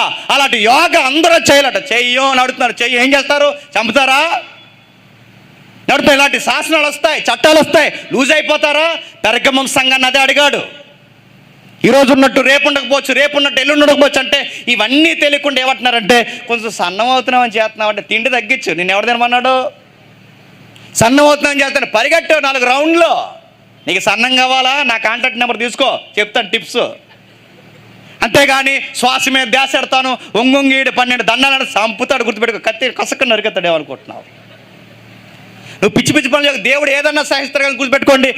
మీరు పాత నిబంధన నుంచి క్రొత్త నిబంధన వరకు చూడండి, దేవుడు ఏదన్నా ఒక అడుగు ఆలస్యం చేస్తాడేమో కానీ ఆయన ఎక్కిరించే విశ్వాసపు పనులు కానీ మీరు చేశారో అస్సలు సహించడండి ఆయన. అసలు 10 ఆజ్ఞల్లో మొదటి ఆజ్ఞ ఏంటో తెలుసా? పైన కానీ కింద కానీ నేల కింద కానీ నన్ను కాదని ఏదన్నా రూపం పెట్టినా సైగ చేసినా అటువైపుగా చూసినా నీ తాట తీస్తానన్నాడు ఆయన. ఆయన ఎక్కిరించినట్టే, ఆయన అవమానించినట్టే. ఇప్పుడు నా వైఫ్ ఉందండి, నా భార్య ఉంది, నా భార్య నాతో మాట్లాడుతూ మరోవైపు చూసింది అనుకోండి, నాకు ఎలా ఉంటుందండి? నా ఫోన్ వచ్చినప్పుడు తను బిజీ వచ్చి నా ఫోన్ ఎత్తకపోతే ఎలా ఉంటుందండి? నిజానికి ఏ తప్పు లేకపోయినా చాలా మనం ఏం కోరుకుంటాం? ఇంపార్టెంట్ కోరుకుంటాం. అలాంటిది ఆ విలువను కోరుకుంటాం. దేవుడు ఎంతకన్నా గుర్తుపెట్టుకుని, ఎంతకన్నా గొప్ప బంధం దేవుడికి నీకున్నది, రక్తం ఇచ్చి సంపాదించుకున్న బంధం. ఈ మాటలో బయట వాళ్ళకి నచ్చకపోవచ్చు, ఈ మాటలో బయట వాళ్ళకి భయంకరంగా ఉండొచ్చు, ఇంత మూఢంగా ఉన్నారేటని వాళ్ళు అనుకోవచ్చు. కానీ ఇది మన దేవుని విశ్వాసం, ఇది మన దేవుడు మనకు నేర్పించిన వైరాగ్యము. పెరగమం సంఘాన్ని అడిగాడు, బోధ మార్చేశారు. ఏమని చెప్తున్నాడు 14వ వచనంలో? ఆయనను నీ మీద నేను కొన్ని తప్పుదములు మోపవలసి ఉన్నది, అవేమనగా విగ్రహములకు బలిచ్చిన వాటిని తినినట్లు. ఏంటట? విగ్రహాలకు బలిచ్చిన వాటిని తినినట్లు జారత్వము చేయమని ఇశ్రాయేలీలకు ఉరియొడ్డవలమని బాలాకు నేర్పిన బిలాము బోధన అనుసరించి వాళ్ళు బాధ ఎందుకు మార్చారు మళ్ళీ చెప్తున్నాను వినండి. ఇలాగే నిక్కర్స్గా, ఇప్పుడు మనం ఎలా అవుతున్నాం నిక్కర్స్గా, ఇలా నిక్కర్స్గా చెప్పుకుంటూ వెళ్ళిపోతే ప్రభుత్వానికి వ్యతిరేకమైపోతాం, ఇలా నిక్కర్స్గా ఉంటే స్థానిక ప్రజలకు వ్యతిరేకమైపోతాం, ఇలా ఖచ్చితంగా ఉంటే నలుగురు మనకు వ్యతిరేకమైపోతారు కనుక జస్ట్ బోధ మారుద్దాం అన్నారంట. అంటే వీళ్ళు ఏం చేశారు? కేవలం భయపడి బోధ మార్చేశారండి. ఇది ఎలాంటి బోధ అంటే చరిత్ర చూపిస్తున్నాడు. బిలాము బోధ. బిలాము బోధ ఏంటి? చరిత్ర తెలుసుగా. బిలాము అంటే, బిలాము బోధ ఏంటి? బిలాము ఒక ప్రవక్త. బిలాము ఆ రోజుల్లో ఇశ్రాయేలుకి కాకుండా బయట ఉన్న ఒక ప్రవక్త. ఆయన గొప్ప ప్రవక్త. దేవుడు అతనికి ఇచ్చిన వాగ్దానం ఏంటో తెలుసా? నిన్ను దీవించిన వారిని నేను దీవిస్తాను, నువ్వు దీవించిన వారిని నేను దీవిస్తాను, నిన్ను చెప్పించిన వారిని నేను చెప్పిస్తాను, నీకు గొప్ప వాగ్దానం ఇచ్చాను అన్నాడు బిలాముకి. అలాంటిది నడుతున్నాను మనకిస్తే ఏం చేద్దామండి? ఊర్లో మన ఇల్లు ఒకటి ఉంటుంది, అన్ని ఇల్లు ఖాళీ అయిపోతాయి. అంత ఆపరిచ్చాడు బిలాముకి. నిన్ను దీవించిన వారిని నేను దీవిస్తాను, నువ్వు చెప్పిస్తే నేను చెప్పిస్తాను. ఇలాంటి గొప్ప వాగ్దానం బిలాముకి ఇస్తే బిలాము ఎవరికైనా వ్యతిరేకంగా మాట్లాడాడు అనుకోండి, బిలాము స్టేట్మెంట్ని బట్టి దేవుడు తిరగబడేవాడట. ఆ టైంలో బాలాకు రాజు అని ఒక రాజు ఉన్నాడు తెలుసుగా. ఇశ్రాయేల్ అటువైపుగా కానాను భూభాగం నడిచి వెళ్ళిపోతున్న చరిత్ర. కానాను భూభాగం నడిచి వెళ్ళిపోతున్నారు. ఇలా నడిచి వెళ్ళిపోతున్నప్పుడు వాళ్ళ విషయంలో భయపడ్డారు. ఏమని భయపడ్డారంటే, వాళ్ళు బాధపడుతూ భయపడుతూ ఒక మాట అన్నారు, ఇశ్రాయేల్ ఇలాగ వస్తే మన భూములు ఆక్యుపై చేస్తారు, ఇలాగ ఉంటే మన దేశాన్ని కూడా కబ్జా చేసి పడేస్తారు, రేపు పొద్దున ఇశ్రాయేల్ ముందు మనం నిలబడకపోతే మన పిల్లల తరాలు ఏమైపోవాలి, ఇశ్రాయేల్ జాతి లేకుండా చేయాలి, ఇశ్రాయేల్ సంఘం లేకుండా చేయాలంటే వాళ్ళ మీదకి ఎలాగైనా సరే యుద్ధానికి పోదామంటే వాళ్ళ ఎంక్వైరీలోకి విషయం తేలింది, వాళ్ళ మీదకి యుద్ధానికి వెళితే వాళ్ళని జయించడం అసాధ్యం. ఎందుకు? వాళ్ళని ఎందుకు జయించలేమంటే ఐగుప్తి లాంటి అగ్రరాజ్యమే వాళ్ళని ఏమీ చేయలేకపోయింది. బాలాకు వినబడింది చరిత్ర. ఐగుప్తి లాంటి అగ్రరాజ్యమే వాళ్ళని ఏమీ చేయలేకపోయింది. ఐగుప్తి ఫరో రథాలు ఎర్ర సముద్రంలో మునిగిపోయాయి. ఎలా మునిగిపోయాయి? ఇశ్రాయేల్ అనుకున్నది మోసే కాదు, ఇశ్రాయేల్ అనుకున్నది అహరోను కాదు, ఇశ్రాయేల్ అనుకున్నది సైనికులు కాదు, అసలు ఇశ్రాయేల్ వెనకాల కవాతులు చేసే బెటాలియన్ లేదు. మరి ఇశ్రాయేల్ అనుకున్నది ఎవరు? యెహోవా అని ఒక దేవుడు ఉన్నాడన్న సంగతి బాలాకు అర్థమైందంట. అంతే, దేవుడు ఉన్నాడు, వాళ్ళ జోలికి పోకూడదు, వాళ్ళని ఓడించడం అసాధ్యము, వాళ్ళు అన్ని విధాలుగా చాలా విజయం పొందున్నారు, వాళ్ళని కొట్టడం కష్టం అన్నప్పుడు బాలాకు ఎంక్వైరీ స్టార్ట్ చేశాడు. ఎలా ఎలా ఎలా వీళ్ళని ఆపేయడం ఎలా అంటే అప్పుడు వీళ్ళకి ఒక ప్రవక్త తగిలాడు. ఆ ప్రవక్త పేరు బిలాము. బిలాముకు కౌరు పంపారు, అయ్యా ఇశ్రాయేలుని జయించడం అసాధ్యమంట, అసలు వీళ్ళని జయించగలమా జయించలేమా, నువ్వు ఎవరినైనా శపిస్తే శాపం పొందుతారట, నువ్వు ఎవరికైనా వ్యతిరేకంగా ఉంటే వాళ్ళంతా నష్టపోతారట, నిన్ను అడుగుతున్నావు, నువ్వు ప్రవక్తవని నమ్ముతున్నావు, ఒక్కసారి వాళ్ళకి వ్యతిరేకంగా ఏదైనా ప్రవచనం చెప్పవయ్యా అని అడిగారట. అప్పుడు బిలాము నిక్కర్స్గా అన్నాడు, ఆ మహోన్నతుని సన్నిధిని ఎదుటి నిలబడని నేను, మహోన్నతుని విద్యనెరిగిన నేను ఒక మాట చెప్తున్నాను, ఇశ్రాయేలుకి వ్యతిరేకంగా నేను ప్రవచనం చెప్పలేను. ఎందుకంటే ఆ ఇశ్రాయేలుకు అనుకూలంగా ప్రవక్తగా నియమింపబడిన వాడిని తప్ప ఆ ఇశ్రాయేలుకి వ్యతిరేకంగా నేను ప్రవచనం చెప్పలేను, వాళ్ళ నాశనాన్ని కోరలేను.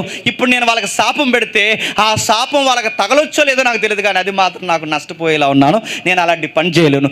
ఇశ్రాయేలుకి దేవుడు సపోర్ట్గా ఉన్నంతకాలం నువ్వు కాదు కదా, ప్రపంచ దేశాలన్నీ కలిసిన ఇశ్రాయేలీనేమీ చెయ్యలేవు. ఎలాగ సందర్భం వచ్చింది కనుక ఒక విచిత్రమైన మాట చెప్తాను వినండి. నిజంగా ఈ రోజుకు చూడండి, ఈ రోజు కూడా ఇశ్రాయేలు దేశాన్ని కొట్టే ప్రపంచ దేశాలు ఉన్నాయండి. దేవుడు ఉన్నాడు అనడానికట ఒకరోజు మాట్లాడుకున్నారట. ఈ హిట్లర్ గడు ఉన్నాడు కదండి, కుదురులేనాడు. హిట్లరు ఎప్పుడు ఒక మాట అడిగాడట, దేవుడు ఉన్నాడా, దేవుడు ఉన్నాడా, దేవుడు ఉన్నాడని. తర్వాత ఆ తరం ఆ ముందెనకాల మళ్ళీ 2 తరాలు గడిసే ఈ నెపోలియన్ ఉన్నాడు చూసారా, ఆ నెపోలియన్ కూడా అడిగేవాడట దేవుడు. చాలామంది అడిగేవారట నెపోలియన్ దగ్గరకు వచ్చి, దేవుడు ఉన్నాడా, దేవుడు ఉన్నాడంటే. ఈ ప్రశ్నలు ఆ యుద్ధ వాతావరణం నడుస్తున్నప్పుడు నెపోలియన్ ఒక ఆన్సర్ చెప్పాడట, దేవుడు ఉన్నాడు అనడానికి ప్రపంచంలో ఒకే ఒక సాక్ష్యం, ఇంకా ఇశ్రాయేలు జాతి బతుకుందంటే అదే సాక్ష్యం అన్నాడు. గుర్తుపెట్టుకోండి, ఇంకా దేవుడు ఉన్నానికి అదే సాక్ష్యం. మీరు కావాలంటే చరిత్రలు చదువుకోండి, అప్పుడున్న చరిత్రలు మీరు చూడండి. అప్పుడున్న చరిత్రలు ఇప్పుడు ఉన్నాయండి, లేవు, అంతరించిపోయే ఆ జాతులన్నీ. కానాను 7 తెగలు మీరు చదువుకోండి కావాలంటే. అప్పుడున్న ఇశ్రాయేలు సమకాలీన కానాను తెగలు ఏవండి, లేవు. ఒరిజినల్ ఐగుప్తు ఏదండి, లేదు. ఆ రోజు తూరు సిదోని ప్రాంతాలు ఒరిజినల్ ఏదండి, లేదు. అంటే ఆ పురాతనమైన చాలా జాతులు, అమోరీలు, మోయాబీలు, చాలా జాతులు అంతరించిపోయాయి.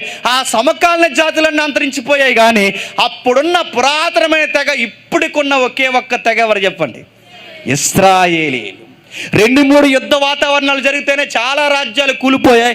52 సార్లు ఇజ్రాయేల్ పట్టణం మీద దాడి జరిగిన ఈ రోజుకి ఇజ్రాయేల్ దేశం ఉందంటే దాని వెనకాల కారణం ఏంటో తెలుసా, ఇంకా దేవుడికి దానికి సపోర్ట్గా ఉన్నాడు. ఈ విషయం బిలాముకి తెలుసంట. బిలాముకి అర్థమైంది, ఎందుకంటే ఇశ్రాయేల్ దేశానికి దేవుడు ఇండైరెక్ట్గా సపోర్ట్ ఉన్నాడు. ఆయన సపోర్ట్ ఉన్నంతకాలం ఆ దేశాన్ని మనం ఏం చేయలేదు. చేస్తే గీస్తే ఆయనే చేయాలి తప్ప మానవుడు అన్నవాడు ఆ దేశాన్ని ఏమీ చేయలేడు. ఎవరైనా ఇజ్రాయెల్ దేశంలో మీ వైపు నుంచి ఉంటారు కదా, ఇజ్రాయెల్ దేశంలో, ఆ ఇజ్రాయెల్ దేశంలో ఉన్న వాళ్ళని అడగండి, వాళ్ళకి తెలిస్తే వింతలన్నీ. మీరు ఎప్పుడైనా అనుకున్నారా, ఎవడో పక్క నుంచి వచ్చి బాంబు వేస్తే ఆ బాంబు గాల్లో పేలిపోద్దట. అదేం టెక్నాలజీ అండి, వాళ్ళ దగ్గర ఉంటాయండి అలా టెక్నాలజీలు అన్నీ. బాంబు గాల్లో పేలిపోద్దట, ఎవరు ఏమి చేయలేరట. అందుకే చూడండి, చుట్టూ ప్రపంచ ఇస్లాం దేశాలన్నీ ఉంటాయండి. ఇటు ఈజిప్ట్తో పడదు, ఇటు అరబ్ దేశాలతో పడదు, ఇటు ఏదైతే ఉందో ఈ దక్షిణ ఏదైతే ఉందో ఈ కొరియన్స్ వాళ్ళతో పడదు, ఎవరితో పడదు. ఇంతమంది పడని శత్రు దేశాలు ఉన్నా, ఇంత పెద్ద పెద్ద రాబందులు లాంటి దేశాలు ఉన్నా, ఆ చిన్న కోడిపిల్లగా మధ్య ఉంటుందండి ఇజ్రాయెల్ దేశం. కానీ ఇన్ని రాబందులు చుట్టూ ఉన్న కోడిపిల్లని ఏమీ చేయలేవు. ఎందుకో తెలుసా, దాని వెనక ఒకరు ఉన్నారు. ఎవరు చెప్పండి, ఇశ్రాయేలీల దేవుడు ఉన్నాడు. ఈ విషయం వాళ్ళకి తెలుసు, బిలాముకు తెలుసు. అన్నాడు, అయ్యా మనం ఏమీ చేయలేం, ఒక పని చేయండి, వాళ్ళని ఏదన్నా చేస్తే దేవుడే చేయాలి గనక మనం ఏమీ చేయలేం గనక దేవుడినే వాళ్ళ మీదకి రేపుదాం అన్నాడట. ఇలా పనికి మన కోరు కమిటీ మీటింగ్ పెట్టుకున్నారండి. దేవుడినే వాళ్ళ మీదకి లేపుదాం. ఎలా లేపుదాం, దేవుడే వెళ్ళి వాళ్ళని చంపే అంటే చంపాడు. మరి ఏం చేస్తాడు, ఏం చేద్దామంటే దేవుడికి వ్యతిరేకమైన పని చేపిద్దాం.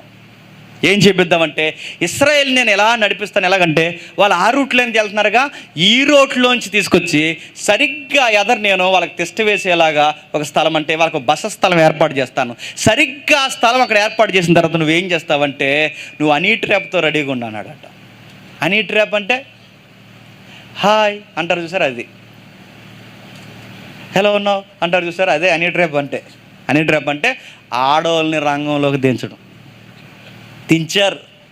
బిలాము బాలాకు కలిసి చేస్తున్న దొంగ ఆలోచనలు ఏంటో చూడండి. నేను ఇలా తీసుకొచ్చి అక్కడ నిలబెడతాను, అక్కడికి నీలో అందమైన స్త్రీలు ఉంటారుగా, సొగసైన స్త్రీలు ఉంటారుగా, వాళ్ళని అలా నడిపించుకుని తీసుకురా అన్నారట. ఆడు అలా నడిపించుకుని వస్తే ఈ ఇశ్రాయేలు పురుషులందరూ సొంగగారుచుకుని చూశారంట. అక్కడి నుంచి హాయ్ అన్నారు వాళ్ళు, బాగున్నారా, భోజనం చేశారా, good morning, good evening, tiffin చేశారా, ఏం చట్నీ, ఇలాంటివన్నీ అడుగుతారు కదండి. ఏం తిన్నావు, దోశ, పూరియా, ఇడ్లీయా అని అడిగారంట. అదే కదా, అలాగే కదా మాటలు కలుపుతారు. అలా మాటలు కలిపారు, చక్కగా మాటలు కలిపారు. ఇశ్రాయేలు పురుషులందరూ వాళ్ళని చూసి మురిసిపోయి, ఇంకా టిఫిన్ చేయలేదు, మీ ఇంటికాడ చేయమంటావా అని అడిగారంట. మా ఇంట్లో సరిగ్గా పూరీలు ఉన్నాయి, మీ ఇంట్లో ఏమన్నా దోశలు ఉన్నాయా, మొత్తం మీద మాట కలిసి సరదా చెప్తున్నాను, మాట కలిసింది. సరదాగా వాళ్ళని మైమర్పించారు. లవ్ అనే ఒక ట్రాక్లోకి తీసుకొచ్చారు. ఆ తీసుకొచ్చిన తర్వాత వాళ్ళు ఏం చేశారంటే మెల్లగా తీసుకొచ్చి ఇశ్రాయేలు పురుషులందరినీ, ఈ మోయాబీల స్త్రీలు, అన్య స్త్రీలు ఏం చేశారంటే మెల్లగా వాళ్ళని దువ్వి సరిగ్గా గుళ్ళోకి తీసుకెళ్లారట. ఎక్కడికి? ఆ గుడి లోపలికి. ఆ గుడి ఉంటుంది వాళ్ళకి, ఆ భయంకరమైన దేవత గుళ్ళు. ఆ గుళ్ళోకి తీసుకెళ్ళి ఏమన్నారంటే, మనం ఒకటి కనుక మీరు చెప్పిందల్లా మేము చేస్తున్నాం కనుక మాకు కూడా కొన్ని కోరికలు ఉన్నాయి, మేము చెప్పింది చేస్తారంటే ఎందుకు చెయ్యం, మీరు చెప్తే ఏదైనా చేస్తామన్నారా అంట. ఏం చేయమన్నారు ఒకసారి చూడండి. సంఖ్యాకాండం నేను రాసుకొచ్చాను అనుకుంటారు, ఎందుకు వచ్చిన కూడా ఒకసారి చూడండి. సంఖ్యాకాండం 25వ అధ్యాయం. సంఖ్యాకాండం 25వ అధ్యాయం త్వరగా ముగిద్దాం. సంఖ్యాకాండం 25వ అధ్యాయం మొదటి 3 వచనాలు చూడండి.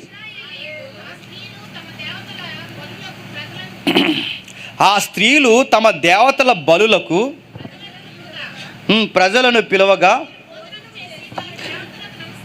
భోజనము చేసి దేవతలకు నమస్కరించిరి. అట్లు ఇశ్రాయేలీలు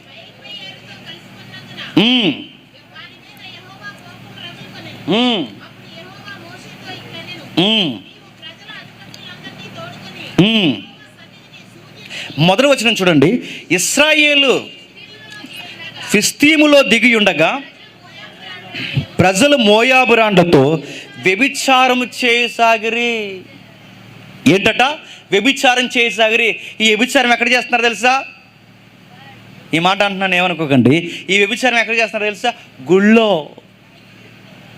గుడిలో వ్యభిచారం ఏంటంటే, గుడిలో వ్యభిచారం, అదే గుళ్ళో వ్యభిచారం చేయొచ్చు అంటే అక్కడ చెయ్యొచ్చు. ఎందుకు తెలిసిన? అది కూడా భక్తే. అక్కడ రక్తి భక్తి ఏంటంటే అక్కడ రక్తి కూడా భక్తే. మా ఫ్రెండ్ ఒక రోజు అడిగాను, రే ఏట్రా బొమ్మలు అలాంటివి అన్నీ పెట్టారు ఏట్రా అని అడిగితే ఆడు ఒక లాజిక్ చెప్పాడు నాకేంటంటే, ప్రజలకు మరి కొన్ని విషయాలు తెలియదు కదరా అన్నారు. అంటే కొన్ని విషయాలు అంటే ఏంటంటే మరి వాళ్ళు పెళ్ళైన తర్వాత వాళ్ళకి ఎలా తెలుస్తారా, అందుకే ఇక్కడికి వచ్చిన తర్వాత భక్తిలో ఇలాంటి విషయాలన్నీ నేర్చుకుంటారు అన్నారు. అప్పుడు నేను అన్నాను, పెన్ డ్రైవ్లు వేసి ఇవ్వకపోయారా అన్నాను నేను. అవి చూసి నేర్చుకున్నట్టే అది కూడా భక్తి. అంటే మీరు చూసారు లేదో, నేను మిడిల్ ఆసియా గొడవలు చెప్తున్నానండో. మిడిల్ ఆసియా గొడవలు చూడండి, చాలా గుడులు చూస్తుంటే భయం వేస్తుంది, పిల్లల్ని తీసుకెళ్ళాలంటే భయం వేస్తుంది. ఎందుకు చెప్తున్నా? అలాంటివి ఏంటంటే ఇలాంటివి కూడా పూర్వకాలం నుంచి భక్తిలో ఇది కూడా ఒక యాంగిల్ అన్నారు. అందుకే వాళ్ళు ఏం చేస్తున్నారు చూడండి. ఎవరైతే ఆ గుడుల్లో పనిచేసే వాళ్ళు ఉన్నారో వాళ్ళతో వ్యభిచారాలు చేయించి ఆ స్త్రీలు తమ దేవతలకు బలర్పించి ఆ తర్వాత అక్కడ భోజనాలు అంటే విగ్రహాలకు అర్పించినవి తిని అప్పుడు అన్నారట ఇది కూడా భక్తే అన్నారట. ఇవన్నీ ఎందుకు చేస్తాడంటే బిలాము దగ్గరుండి చేస్తాడు. ఎందుకు చెప్పినా, బిలాము ఇప్పుడు ఇశ్రాయేలుని శపించమంటే అది జరగదు, ఇశ్రాయేలు మీద కత్తెత్తితే అది జరగదు, ఇశ్రాయేలు మీదకి సైన్యం దిగినా ఎవరు జయించలేరు.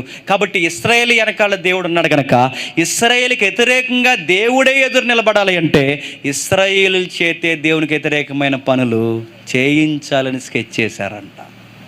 చూసారా?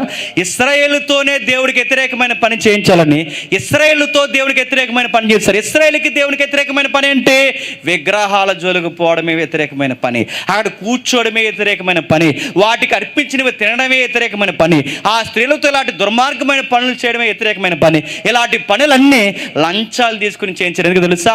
మనం ఇలా చేయకపోతే బాలాకు చేతిలో పడి చచ్చిపోయేలా ఉన్నామని లంచానికి మరిగాడో భయానికి మరిగాడో మొత్తం మీద మరిగి ఇశ్రాయేలు యొక్క విశ్వాసులందరినీ డబ్బుకు అమ్మేశాడు. ఇదే పనులు మళ్ళీ ఎక్కడ జరుగుతున్నాయి తెలుసా? పెరగము సంఘంలో జరుగుతుంది.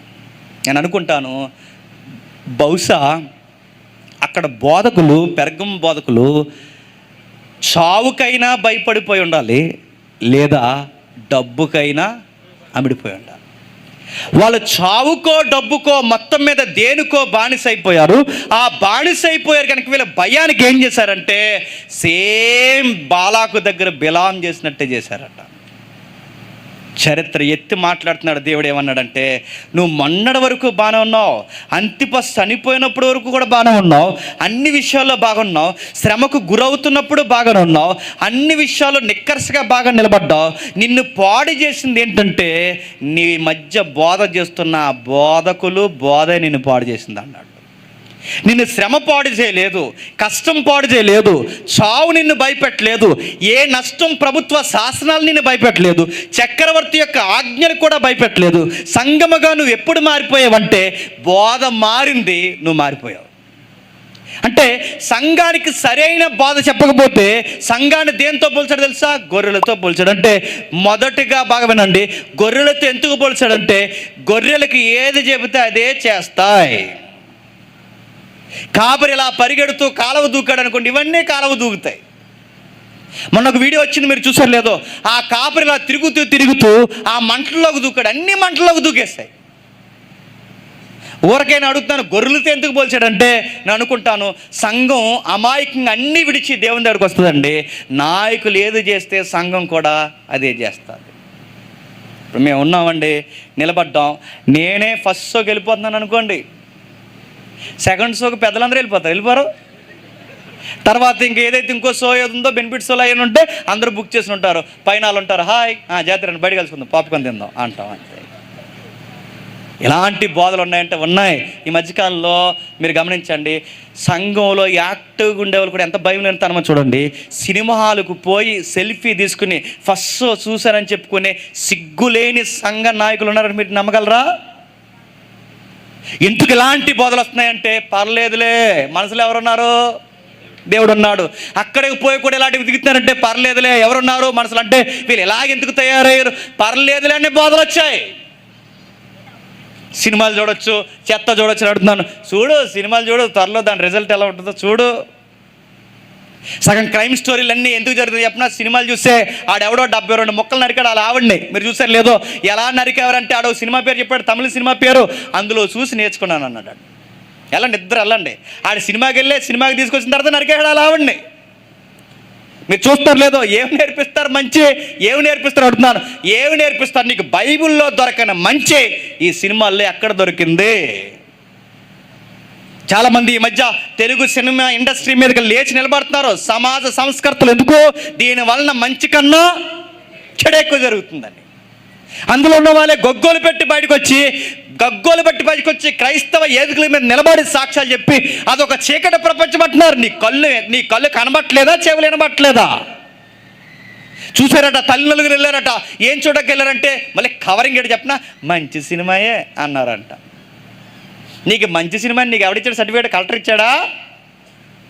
మంచి సినిమా అంటే సినిమా అంతే. ఇవన్నీ ఎందుకు జరుగుతాయి తెలుసా? పర్లేదులే అంటే మీరు గమనిస్తారు లేదో, చాలామంది దైవజనుల కుటుంబాల్లో పాస్టర్ గారు కూతురు సీరియల్ ఎడవకుండా చూసేస్తున్నారు. మీరే ఎలా చూసేస్తే ఇలా ఆగుతారా? అరే ఇలాంటివన్నీ ఎందుకు వస్తాయి అడుగుతున్నా. ఇలాంటివన్నీ ఎందుకు వస్తాయంటే సంఘానికి బోధ, భయపెట్టే బోధ లేకపోతే సంఘంలో విశ్వాసం ఎలాగే తయారవుతారో. సంఘానికి నిక్కర్షగా ఉండాలని చెప్పకపోతే లూజు బోధలు చెప్తే పర్లేదులే అంటే పరలోకం లేకుండా పోతుంది, గుర్తుపెట్టుకోండి. ఇలానే నేర్పించారు. బిలాముగాడు పర్లేదులే అనుకున్నాడు. బిలాము లాంటి బోధలు మీ మధ్య చేస్తున్నారు, భయపడి చేస్తున్నారు. ఇంకేం చేస్తున్నారు? జారత్వం చేయనట్లు ఇశ్రాయేలుకు ఉరియొడ్డమని బాలాకు నేర్పిన బిలాము బోధను అనుసరించే వాళ్ళు మీలో మీకు ఏమైంది? సత్యం వినేవారు ఏమైంది? చక్కగా వినేవారు ఏమైంది? నిక్కర్స్గా నిలబడేవారు ఏమైంది? నీతికి పడి నిలబడేవారు ఏమైంది? అంతిపతి చనిపోయినప్పుడు కూడా చాలా గట్టిగా నిలబడ్డారు, ఏమైంది? ఆ విశ్వాసం ఏమైంది? బాప్తిజం తీసుకున్న తొలి నాన్నల్లో ఎంతో నిక్కర్సుకుండేవారు ఏమైంది? మనం కూడా అలాగే తయారయ్యే. మధ్య బాప్తిజం తీసుకున్నప్పుడు ఎంత భక్తి ఉంటారో, ఈ మధ్య ప్రార్థన 2 నిమిషాలు చేస్తున్నావా? కనీసం బాప్తిజం తీసుకున్న కొత్తలో 27 రోజుల్లో కొత్త నిబంధన అవగొట్టేవారు. 27 రోజుల్లో కనీసం నెల రోజుల్లో అయినా కొత్త నిబంధన అవగొట్టేవారు. అసలు ఒక అధ్యాయం అయినా చదువుతున్నావా? పాస్టర్ గారు ప్రార్థన అనగానే అందరికన్నా ముందు వచ్చి పరిగొట్టు కూర్చునేవాడివి. అందరికన్నా ముందు కాదు, జడ్జాగా శివర ప్రార్థనకు వస్తున్నావు. భయం ఉందా? ఏమైంది? అదిగో సంఘాన్ని అడిగిందే నిన్ను అడుగుతున్నాడు. మొదటి ప్రేమ ఏది? మొదటి విశ్వాసం ఏది? ఈ మధ్య ఏం వింటున్నావు?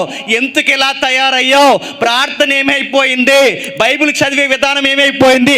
నీకు ఈ ధీమా పొద్దు ఎలా వచ్చింది? పెర్గమము నువ్వు ఇలాగే ఉంటే కత్తెత్తుతాను నీ మీద కన్నాడు, గుర్తుపెట్టుకోండి.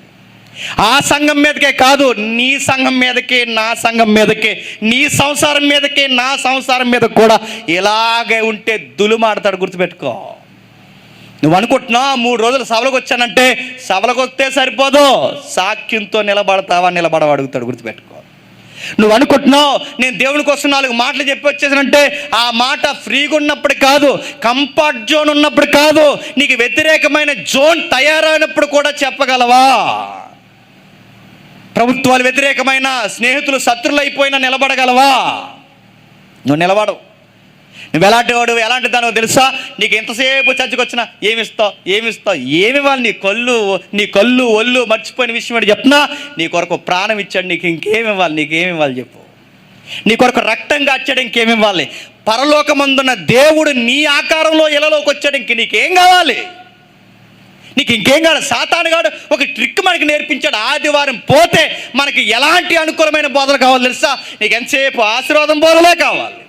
పాస్టర్ గారు ఎవరైనా నిలబడి నీ ముఖం మీద ఏలెత్తి గద్దిస్తే ఉంటున్నావా? వేరే సంఘానికి పోతున్నావు నువ్వు. పాస్టర్ గారు నిలబడి నువ్వు ఇచ్చే కానుక కాదు నీ బతుకు కావాలని అడిగితే, ఇలాంటి దైవజనులు నిలబడి అడిగితే నువ్వు నిలబడుతున్నావా? పాస్టర్కే పేర్లు ఎడుతున్నావు నువ్వు. ఈ మధ్యకాలంలో ఒక పాస్టర్ గారు నిలబడి చాలామందిని దులిమాడాడు. ఆ చర్చిలో ఉన్న వాళ్ళని, బయట ఉన్న వాళ్ళందరినీ, తప్పురా మీరు ఇలా ఉండకూడదురా, దేవుడి దగ్గర వ్యాపారాలు ఏంటని అడిగితే అలా అడిగినందుకట వాళ్ళ మనోభావాలు దెబ్బతిన్నాయి. నీ బొంద తిన్నాయి మనోభావాలు. మనకి మనోభావాలేంటి? పాస్టర్ గారు తిడతాడు, పాస్టర్ గారు నిలబడి వాక్యంతో కడుగుతాడు.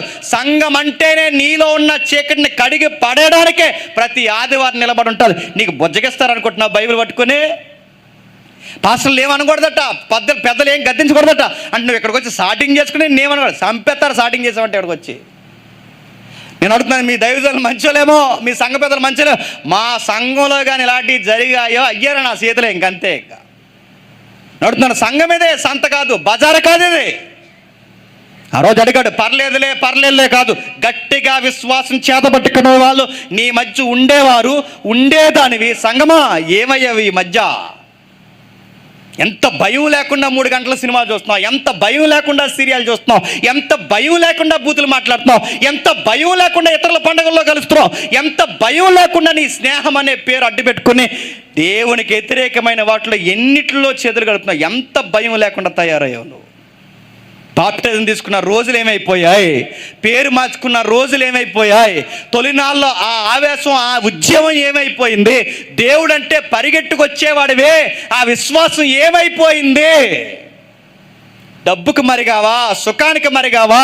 లోకంలో దేనికి మరిగావు? ఒకప్పుడు పాపం అనే పదం వినడానికే భయపడేదాన్ని. ఇప్పుడు పాపం చేయడానికి కూడా నీకు ధైర్యం వస్తుందంటే ఎలాంటి బోధలు వింటున్నావు? బిలాముగా లాంటి బోధలు వింటున్నావా? ఎలాంటి బోధలు నీకు నచ్చుతున్నాయి? పర్లేదులే, దేవుడు కృపామయుడు, దయామయుడు, ఏం చేసినా భరిస్తాడనుకునే ఈ దయగల ప్రసంగాలు వింటున్నావా? నా మాట అబద్ధమైతే ఒకసారి చెక్ చేయండి. ఆదివారం నాడు తెలుగు రాష్ట్రాల్లో జరుగుతున్న బోధలన్నీ యూట్యూబ్లో లైవ్ వస్తాయి. ఎన్ని లైవ్లు వస్తాయి, అన్ని లైవ్లు మీరు ఓపెన్ చేసి చూడండి. ఒక్క గద్దించే ప్రసంగం మీకు కనబడితే ఒట్టు. మళ్ళీ చెప్తున్నాను నేను, ఒక్క గద్దించే ప్రసంగం లైవ్లో మీకు కనబడితే ఒట్టు. ఎందుకు చెప్పినా, రండి, పొండి, ఇవ్వండి, జాగ్రత్తగా ఉండండి, మళ్ళీ వచ్చేయండి. రండి, జాగ్రత్తగా ఉండండి, ఆ ఉన్న తర్వాత మీరు ఇవ్వండి. మీరు జాగ్రత్త లేకపోతే నీ డబ్బు ఎవడకు కావాలి, నువ్వు కావాలి దేవుడికి అని అడిగే బోధకు లేరండి ఈరోజు. పాస్టర్ గద్దిస్తే మార్చేసే పెద్దలు ఉన్నారు, సంఘ పెద్దలు గద్దిస్తే పెద్దలు మార్చేసే టీములు ఉన్నాయి. పోటీలు ఎక్కడొచ్చాయి చెప్పనా? పోటీలు మీ ఏరియాలో వద్దండి ఎక్కువ. మీరు ఏమనుకుంటారు అనుకోండి, రేపు నన్ను పిలవకండి, నేను చెప్తున్నాను. మీ ఏరియాలో పోటీలు ఎక్కడ చెప్పనా? క్రిస్మస్కి ఎంత పోటీలు వచ్చేది మీ సైడు. వాళ్ళు పెద్దది కట్టేశారా, మనం పెద్దది కట్టేయాలన్నారు. ఏం కట్టేస్తావు? నీ తలకాయ స్టార్ కట్టేస్తారు. నువ్వు వెలుగవయ్యా అని దేవుడు అంటుంటే ఇతను ఎలగడు. ఎవరు నిలిగిస్తాడు? ఆ కాగితాల స్టార్ నిలిగిస్తాడు. నువ్వు వెలగు, అది వెలిగిస్తా అంటావు. రకరకాల వాళ్ళు పెద్దది కట్టేశారా గంట, మనం కూడా గడేద్దారు. మిమ్మల్ని గడ్డేల పైన అడుగుతున్నాను నేను. మీరు మోగండి, మీరు గంటలా ఉండండి, మీరు సువార్త శబ్దం చేయండి. గంటలు కట్టే పోటీ వచ్చింది, స్టార్లు కట్టే పోటీ వచ్చింది. ఏమైంది? వాక్యం ఏమైంది? అది అడిగాడు సంఘాన్ని. ఏమైపోయావు ఈ మధ్య? జారత్వం చేయనట్లు ఇశ్రాయేలుకి ఉరియొడ్డమని బాలాకు నేర్పిన బోధ. దీనికి కొంచెం ట్రాన్స్ఫార్మ్ అయింది ఈ జనరేషన్. ఏంటి చెప్పిన? జారత్వం అంటే దగ్గరుండి పాస్టర్ గారే లవ్ మ్యారేజ్ చేశాడంట. ఎంత సిగ్గులేదో! దగ్గరుండి నడుతున్నాను. దేవుని చిత్తానుసారంగా నడవని, దేవుని చిత్తానుసారంగా నడగని ఈ లవ్ స్టోరీలు అన్నిటినీ ఏ కేటగిరీలో వేయచ్చో తెలుసా? ఈ లవ్ మ్యారేజ్లు అన్నీ ఏ కేటగిరీలోకి వస్తాయో తెలుసా? జారత్వం. ఇంకా ధైర్యం ఏంటి చెప్పనా? 2 మగపిల్లలకు పాస్టర్ గారే దగ్గరుండి పెళ్లి చేశాడు కేరళలో. ఎంత భయం లేని సంఘాలండి. ఆడి బీటెక్ ఫైనల్ ఇయర్ అట, ఈడు ఫైనల్ ఇయర్ అట. వీళ్ళిద్దరూ ప్రేమించుకున్నారట. అది వీడియో తీసి పెట్టారు. ఈడు తాళి కడుతుంటాడు, సిగ్గుపడిపోతుంది. నాకు చచ్చిపోవాలనిపించింది ఆ వీడియో చూసి. పాస్టర్ గారు బైబిల్ పెట్టుకుని నిలబడ్డారు మధ్యలో. అరే ఇది కూడా తమ మొగోడిని పెళ్లి చేసుకోవడం ఏంటి? అసలు వీళ్ళు ప్రేమించుకుని పెళ్లి చేసుకోవడమే ఎంకరేజ్ చేయకూడదు. నన్ను అడిగితే నేను ఈ మాటలు ఎవరికి నచ్చినా నచ్చకపోయింది వాస్తవం అండి. ఇలాంటివే ఎంకరేజ్ చేయకూడదు. సంఘం సీరియస్గా చెప్పాలమ్మా. మీరు సంఘం పెద్దల సమక్షంలో మీరు పెద్దలు గురించిన సంబంధం అయితే పరిశుద్ధుల సన్నిధిలో మేము పెళ్లి చేస్తాం. మీరు ఇద్దరు కుదుర్చుకున్న పెళ్ళి అయితే ఇది చేయమమ్మ. ఎందుకంటే సంఘంలో ఇదే తంతు కార్యక్రమాలు కొనసాగితే ఇవి మేము చేయమమ్మని నిక్కరసుగా చెప్పాలి. అలా చెప్పకుండా చేస్తే ఏమవుద్ది? ఇప్పుడు వీళ్ళిద్దరు చేసుకుంటారు, రేపు వాళ్ళిద్దరు. ఇలా వాక్యాలు వినడానికి రారు ఇంకా సంఘానికి. అక్కడి నుంచి వీళ్ళ మెసేజ్ పెడతారు, ఇక్కడి నుంచి ఆయన పెడతారు, వచ్చే వారం పెళ్ళెట్టుకుందామని చెప్తారు. మనల్ని ఎంత తెంగరోలను చేస్తారంటే, మనల్ని తెంగరోలను చేసి సంఘ పాస్టర్గా నేను వాకింగ్ చదవడానికి, పెళ్లి పెద్దలు వాళ్ళు. ఇంకా అడుగుతున్నాను, ఇలాంటివన్నీ సంఘంలో జరిగితే బైబిల్ ఏమో చెప్పిన ఇది జారత్వం. పర్లేదులే ఏం పర్లేదు అని అడుగుతున్నాను. పర్లేదులే కాదు, తప్పదే, జరగడానికి వీల్లేదు. ఇలాంటివన్నీ ఈరోజు జడ్జాగా జరుగుతున్నాయి సంఘంలో. అందుకే పెర్గమం సంఘాన్ని అడిగాడు, ఏమైంది నీ మత విశ్వాసం? ఉరి అడ్డ వలనని బాలాకు నేర్పించిన అలాంటి బోధలు అనుసరించే వాళ్ళు నీలో ఉన్నారు. ఇలాంటి బోధలు నీకు నచ్చుతాయి? ఈ మధ్య తిన్నా పర్లేదు, చూసినా పర్లేదు, అబద్ధం ఆడినా పర్లేదు, వాళ్ళతో తిరిగినా పర్లేదు, ఇలాంటి బోధలు నీకు నచ్చుతున్నాయా? బిలాము గారు నచ్చాడు నీకు అని అడిగాడు ఆయన. నచ్చాయి ఇలాంటివి మధ్య నీకు నచ్చుతున్నాయా? ఇలాంటివన్నీ నీకు నచ్చుతున్నాయా? ఇలాంటివి నువ్వు అనుసరిస్తున్నావా? ఇలాంటివి నువ్వు అంతకుముందు చక్కగా ఉండేదానివి, ఇలాంటివి మధ్య నీకు నచ్చుతున్నాయి. ఒకప్పుడు పాస్టర్ గారు ఏమైనా చెప్తే, అయ్యా అక్కడ వాక్యం అలా లేదు, మీరు ఎలా చెప్తున్నారు ఏంటి అని టక్కమని అడిగేవాడివి. ఇప్పుడు ఏదన్నా బోధ అనుకూలంగా వస్తే బాగానే ఉందలే అని అడ్జస్ట్ అవుతున్నావా? కింద చెప్తున్నాడు, అటువలే నికోలతుల బోధన అనుసరించి వారు నీలో ఉన్నారు. కావున మారు మనసు పొందుము, లేని ఎడల నీ యొద్దకు వచ్చి నా నోట నుండి వచ్చు ఖడ్గము చేత వారితో యుద్ధము చేసి నువ్వు మారావా? సరే ముందాల సంగతి తెలుసు, తర్వాత నీ సంగతి తెలుస్తా అన్నాడు. ఎవరైతే బోధ చేస్తారో నికోలైతులు కూడా ఇదే బోధ. నికోలైతులు అంటే ఎవరు? అదొక ప్రాక్టీస్. నికోలైతుల బోధ అంటే ఎగ్జాక్ట్ బిలాం ఏదైతే చెప్పాడో అవే బోధలు ఎవరు చెప్తారట? నికోలైతులు కూడా చెప్తారట. నికోలైతులు ఏం చెప్తారు? తిన్నా పర్లేదు, వెళ్ళినా పర్లేదు, చూసినా పర్లేదు, లవ్ చేసినా పర్లేదు, జారత్వం పర్లేదు, వ్యభిచారం పర్లేదు, ఇలాంటి బోధలన్నీ ఎవరు చెప్తారంటే నికోలైతులు చెప్తారు. మధ్యకాలంలో చాలామంది క్రిస్టియానిటీలో చాలామంది ఒక సెంటిమెంట్ డైలాగులు చెప్పారు. ఆ సెంటిమెంట్ డైలాగులు ఏంటి చెప్పినా, ఆ సెంటిమెంట్ డైలాగ్ ఇలాంటి ఎగ్జాంపుల్ చెప్తారు. ఎవరో బయట చెప్తున్నారు అలాంటి వీడియో, సోషల్ మీడియాలో వీడియో ఎవడో నాకు ఫార్వర్డ్ చేశాడు. ఎవడో బయట ఏం చెప్తున్నాడు, ఆ బయట ఏం చెప్తున్నాడంటే ఒక అమ్మాయి పరుగున వచ్చిందట. ఆ అమ్మాయి పరుగున వచ్చినప్పుడు ఆ పరుగున వస్తే ఎవరో 40-20 లేదా ఒక 20 మంది తరుముకుని వచ్చారట. ఆ తరుముకుని వచ్చినప్పుడు ఈ అమ్మాయి సరాసరి ఆడికి తారసపడిందంట. ఇప్పుడు అమ్మాయిని లోపల దాచాడట. ఇప్పుడు 20 మంది వచ్చారని అడిగారట, ఆ అమ్మాయి ఇటు వెళ్ళిందా చెప్పంటే అప్పుడు వీడు క్రైస్తవుడిగా ఏం చెప్పాలంట? ఇలా లోనికి వెళ్ళిందంటే అమ్మాయిని ఎత్తిపోతారు. ఇప్పుడు వీడు ఒక్కడ ఉన్నాడు కాబట్టి ఇటు వెళ్ళిందంటే ఇలా వెళ్ళిపోతారు. ఇప్పుడు ఇటు వెళ్ళిందని చెప్తే అబద్ధం అన్నట్టు, ఇటు వెళ్ళిందని చెప్తే తను తీసుకెళ్ళి ప్రాణాలు తీసేస్తారు. ఇప్పుడు రెండిట్లో నువ్వేం చేస్తావు ఒక లాజిక్ ముడెట్టారు. అప్పుడు ఏం చేస్తారు అందరూనే? ఇప్పుడు అమ్మాయి ప్రాణం కాపాడాలంటే చెప్పండి, అమ్మాయి ప్రాణం కాపాడాలంటే ఇలా పోయిందని అబద్ధం చెప్పాలి. అదే క్రైస్తవుడిగా నేను నిజం చెప్తానంటే ఇప్పుడు అమ్మాయి ప్రాణాలు తీసేస్తారు. ఇప్పుడు 20 మందికి ఏం చెప్పాలి? అబద్ధం చెప్తావా నిజం చెప్తావా అనగానే ఇప్పుడు నీ మైండ్లో ఈ లాజిక్ ఏమనిపిస్తుంది? అమ్మాయి ప్రాణం కాపాడడానికి అబద్ధం అన్న చెప్పండి, తప్పు లేదు. ఇలాంటివన్నీ చెప్పేది ఎవరు అనుకుంటున్నారు? బిలాముగాళ్ళు ఎక్కువైపోయారు, మనం గుర్తుపెట్టుకోండి. ఇలాంటివన్నీ చెప్తున్నారు. అంటే మరి ఏం చేయాలన్నా అని అడిగితే, నన్ను అడుగుతున్నాను, అబద్ధం చెప్పకు. మరి అలా అయితే చంపారు అని అడుగుతున్నాను. చంపేసేంత పరిస్థితి ఫైట్ చేయి. ఎందుకంటే ఒకడు మృతునందించువాడును బ్రతికించువాడు నేనే. ఆయన సెలవు లేకుండా, చెప్పండి, ఎంటర్ కూడా రాలన్నాడు ఆయన. ఆయన సెలవు లేకుండా ఏది జరగదంటే, ఆ రోజు ఇశ్రాయేలు ఇలాగే భయపడిపోయారు. వాళ్ళు మనకన్నా ఎత్తున్నారు, మనం వాళ్ళ దృష్టికి మిడతల వల్ల ఉన్నామంటే, ఆ రోజు విశ్వాసం నిలబడిన ఇద్దరు ఏమన్నారు? మిడతల పక్షమున యెహోవా ఉంటే విజయం ఎవరిదే? మిడతలదే అన్నాడు. ఒకవేళ అలాంటి పరిస్థితి వస్తే, ఇలాంటి కేస్ స్టడీ బైబిల్ ఉందంటే ఉందే, ఇలాంటి కేస్ స్టడీ బైబిల్ ఉంది. లోతు ఇంటికి ఇద్దరు వచ్చారు కొత్తోళ్ళు. ఆ కొత్తోళ్ళు ఎవరో దేవదూతలు, వాళ్ళ మనుషులు అనుకున్నారు. లోతు ఇంటికి ఇద్దరు కొత్తోళ్ళు వస్తే 20 మంది రాలేదు, ఊరందరూ లోతు ఇంటి మీదకి వచ్చారు. 20 మంది లోతు ఇంటి మీదకి వస్తే లోతు ఏమన్నాడు? వాళ్ళు ఇలా లేరు, ఆ ఈదులోంచి వెళ్ళిపోయారు అన్నాడా? ఏమన్నాడు లోతు? మా ఇంటికి రాలేదు, అలా రాత్రి వచ్చి అలా వెళ్ళిపోయారు అన్నాడు? లేదు, వాళ్ళ ఇంట్లోనే ఉన్నారు, వాళ్ళని ఏం చేయకండి అని. కుటుంబం అంతా వాళ్ళ మీదకి రాకుండా నిలబడితే, ఆ కుటుంబం నిలబడిన ఆ నిజాయితీకి ఎవరు సపోర్ట్గా నిలబడరు చెప్పండి? దేవుడు. నువ్వు అబద్ధం ఆడకూడదని ముందు నువ్వు అనుకో. నువ్వే స్టోరీలు అల్లేసుకుని, నువ్వే అన్ని డిజైన్ చేసేసుకుని అబద్ధం ఆడినా దేవుడు అర్థం చేసుకుంటాడంటే, మరి నీకన్నా తెలుగుతో కూడా అనుకుంటున్నావు దేవుడిని. నువ్వు ముందు నిజాయితీగా నిలబడితే నీకు సపోర్ట్ చేస్తాడు ఆయన. నువ్వు ఫైట్ చేస్తే నీ ఫైట్ వెనకాల ఆయన ఉంటాడు ఆయన. నువ్వు నిలబడు. ఇవేమి చేయకుండా బిలాము కానీ నికోలెతలు కానీ ఇదే చెప్తున్నారట. నికోలెతలు కూడా అదే బోధ. ఏ బోధ? తిన్నా పర్లేదు, జారత్వం చేసినా పర్లేదు, అక్కడికి వెళ్ళినా పర్లేదు, ఎక్కడికి వెళ్ళినా పర్లేదు, అది ఆ 1000 అడుగుల స్థలం మీద 100 అడుగులు గుడి ఉందగా, అప్పుడప్పుడు వెళ్ళినా పర్లేదు అన్నారంట. మనోళ్ళు కూడా ఈ మధ్య అక్కడెక్కడ తిరిగేసి ఆ సెల్ఫీ తీసి స్టేటస్ పెడతారు. అక్కడికి వెళ్ళారని క్రైస్తవులు చి అంటారని దాని కింద ఒక వాక్యం పెడతారు. ఏమని చెప్పినా, దేవుడు ఈ ప్రకృతిని ఎంత అందంగా చేశాడు అన్నారంట. దేవునికి మహిమ కలుగును కాక అని కామెంట్ పెడతారు మన తెంగరోళ్ళు అందరూ. నువ్వు అక్కడికి ఎందుకు వెళ్ళావరని అడిగేవాళ్ళు ఎవరు లేడు. అక్కడికి వెళ్ళిన తర్వాత దేవుడు ఈ ప్రకృతిని ఎంత అందంగా చేశాడు అంటే, ఈడు శికార్లకు ఎవరు వంకో తెలుసా? చెప్పండి, దేవుడు వంక. ఆయన ఎవరో బుర్జ్ ఖలీఫా ఎక్కాడట.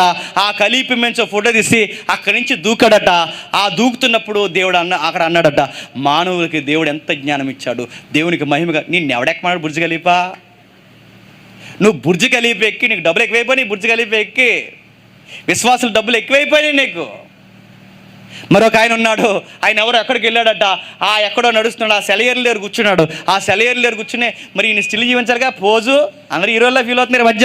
ఈ స్టిల్ జీవించడానికి పోజు అక్కడ కూర్చుని మంచి సూట్ వేసుకుని అక్కడ కూర్చుని ఆ సెలయేరులో ఈ ఆడవాళ్ళు కూర్చున్నారు, సేమ్ ఇలా కూర్చున్నాడు అండి ఆడవాళ్ళలాగా. అలా కూర్చుని అక్కడ కూర్చున్నావు ఏంటని అడుగుతాడని, దేవుడు నీటిని ఎంత బాగా సృష్టించాడని నీళ్ళు అలా ఊపుతున్నాడు. నిన్ను అడిగేవాళ్ళు లేడు ఎవడోనే. బుర్జ్ ఖలీఫా దగ్గరికి వెళ్ళేవాడు ఒకడు, నది దగ్గరికి వెళ్ళేవాడు ఒకడు. ఇలాగే వెళ్ళిపోతున్నారట పెర్గం సంఘంలో. ఎక్కడికి? ఆ 1000 అడుగుల గుడిపైకి, ఆ 1000 అడుగుల స్థలం పైకి, ఆ 100 అడుగుల గుడి దగ్గరికి పోయి అక్కడికి పోయి అవి మొక్కినవి తినేసి వచ్చి, పర్లేదులే మన దేవుడేమి అంటున్నారంట. అప్పుడు దేవుడు వచ్చాడు, ఏమన్నాడంటే, కావున మారు మనసు పొందుము, లేని ఎడల నేను నీ యొద్దకు త్వరగా వచ్చి నా నోట నుండొచ్చు ఖడ్గమును నీరుతో యుద్ధము చేతును, తర్వాత నీ సంగతి చూస్తాను. సంగముతో ఆత్మ చెప్పు మాట చెవుగలవాడినుగాక. నీవు జయించువానికి మరిగా ఉన్న మన్నా. నువ్వు మన్నా తినాలంటే ముందు ఆ విగ్రహాలకు అర్పించిన తినడం మానే. నువ్వు మన్నా తినాలి అంటే ఆ బయట అర్పిస్తున్నవి తినడం మానేస్తేనే నీకు మన్నా ఇస్తానన్నాడు.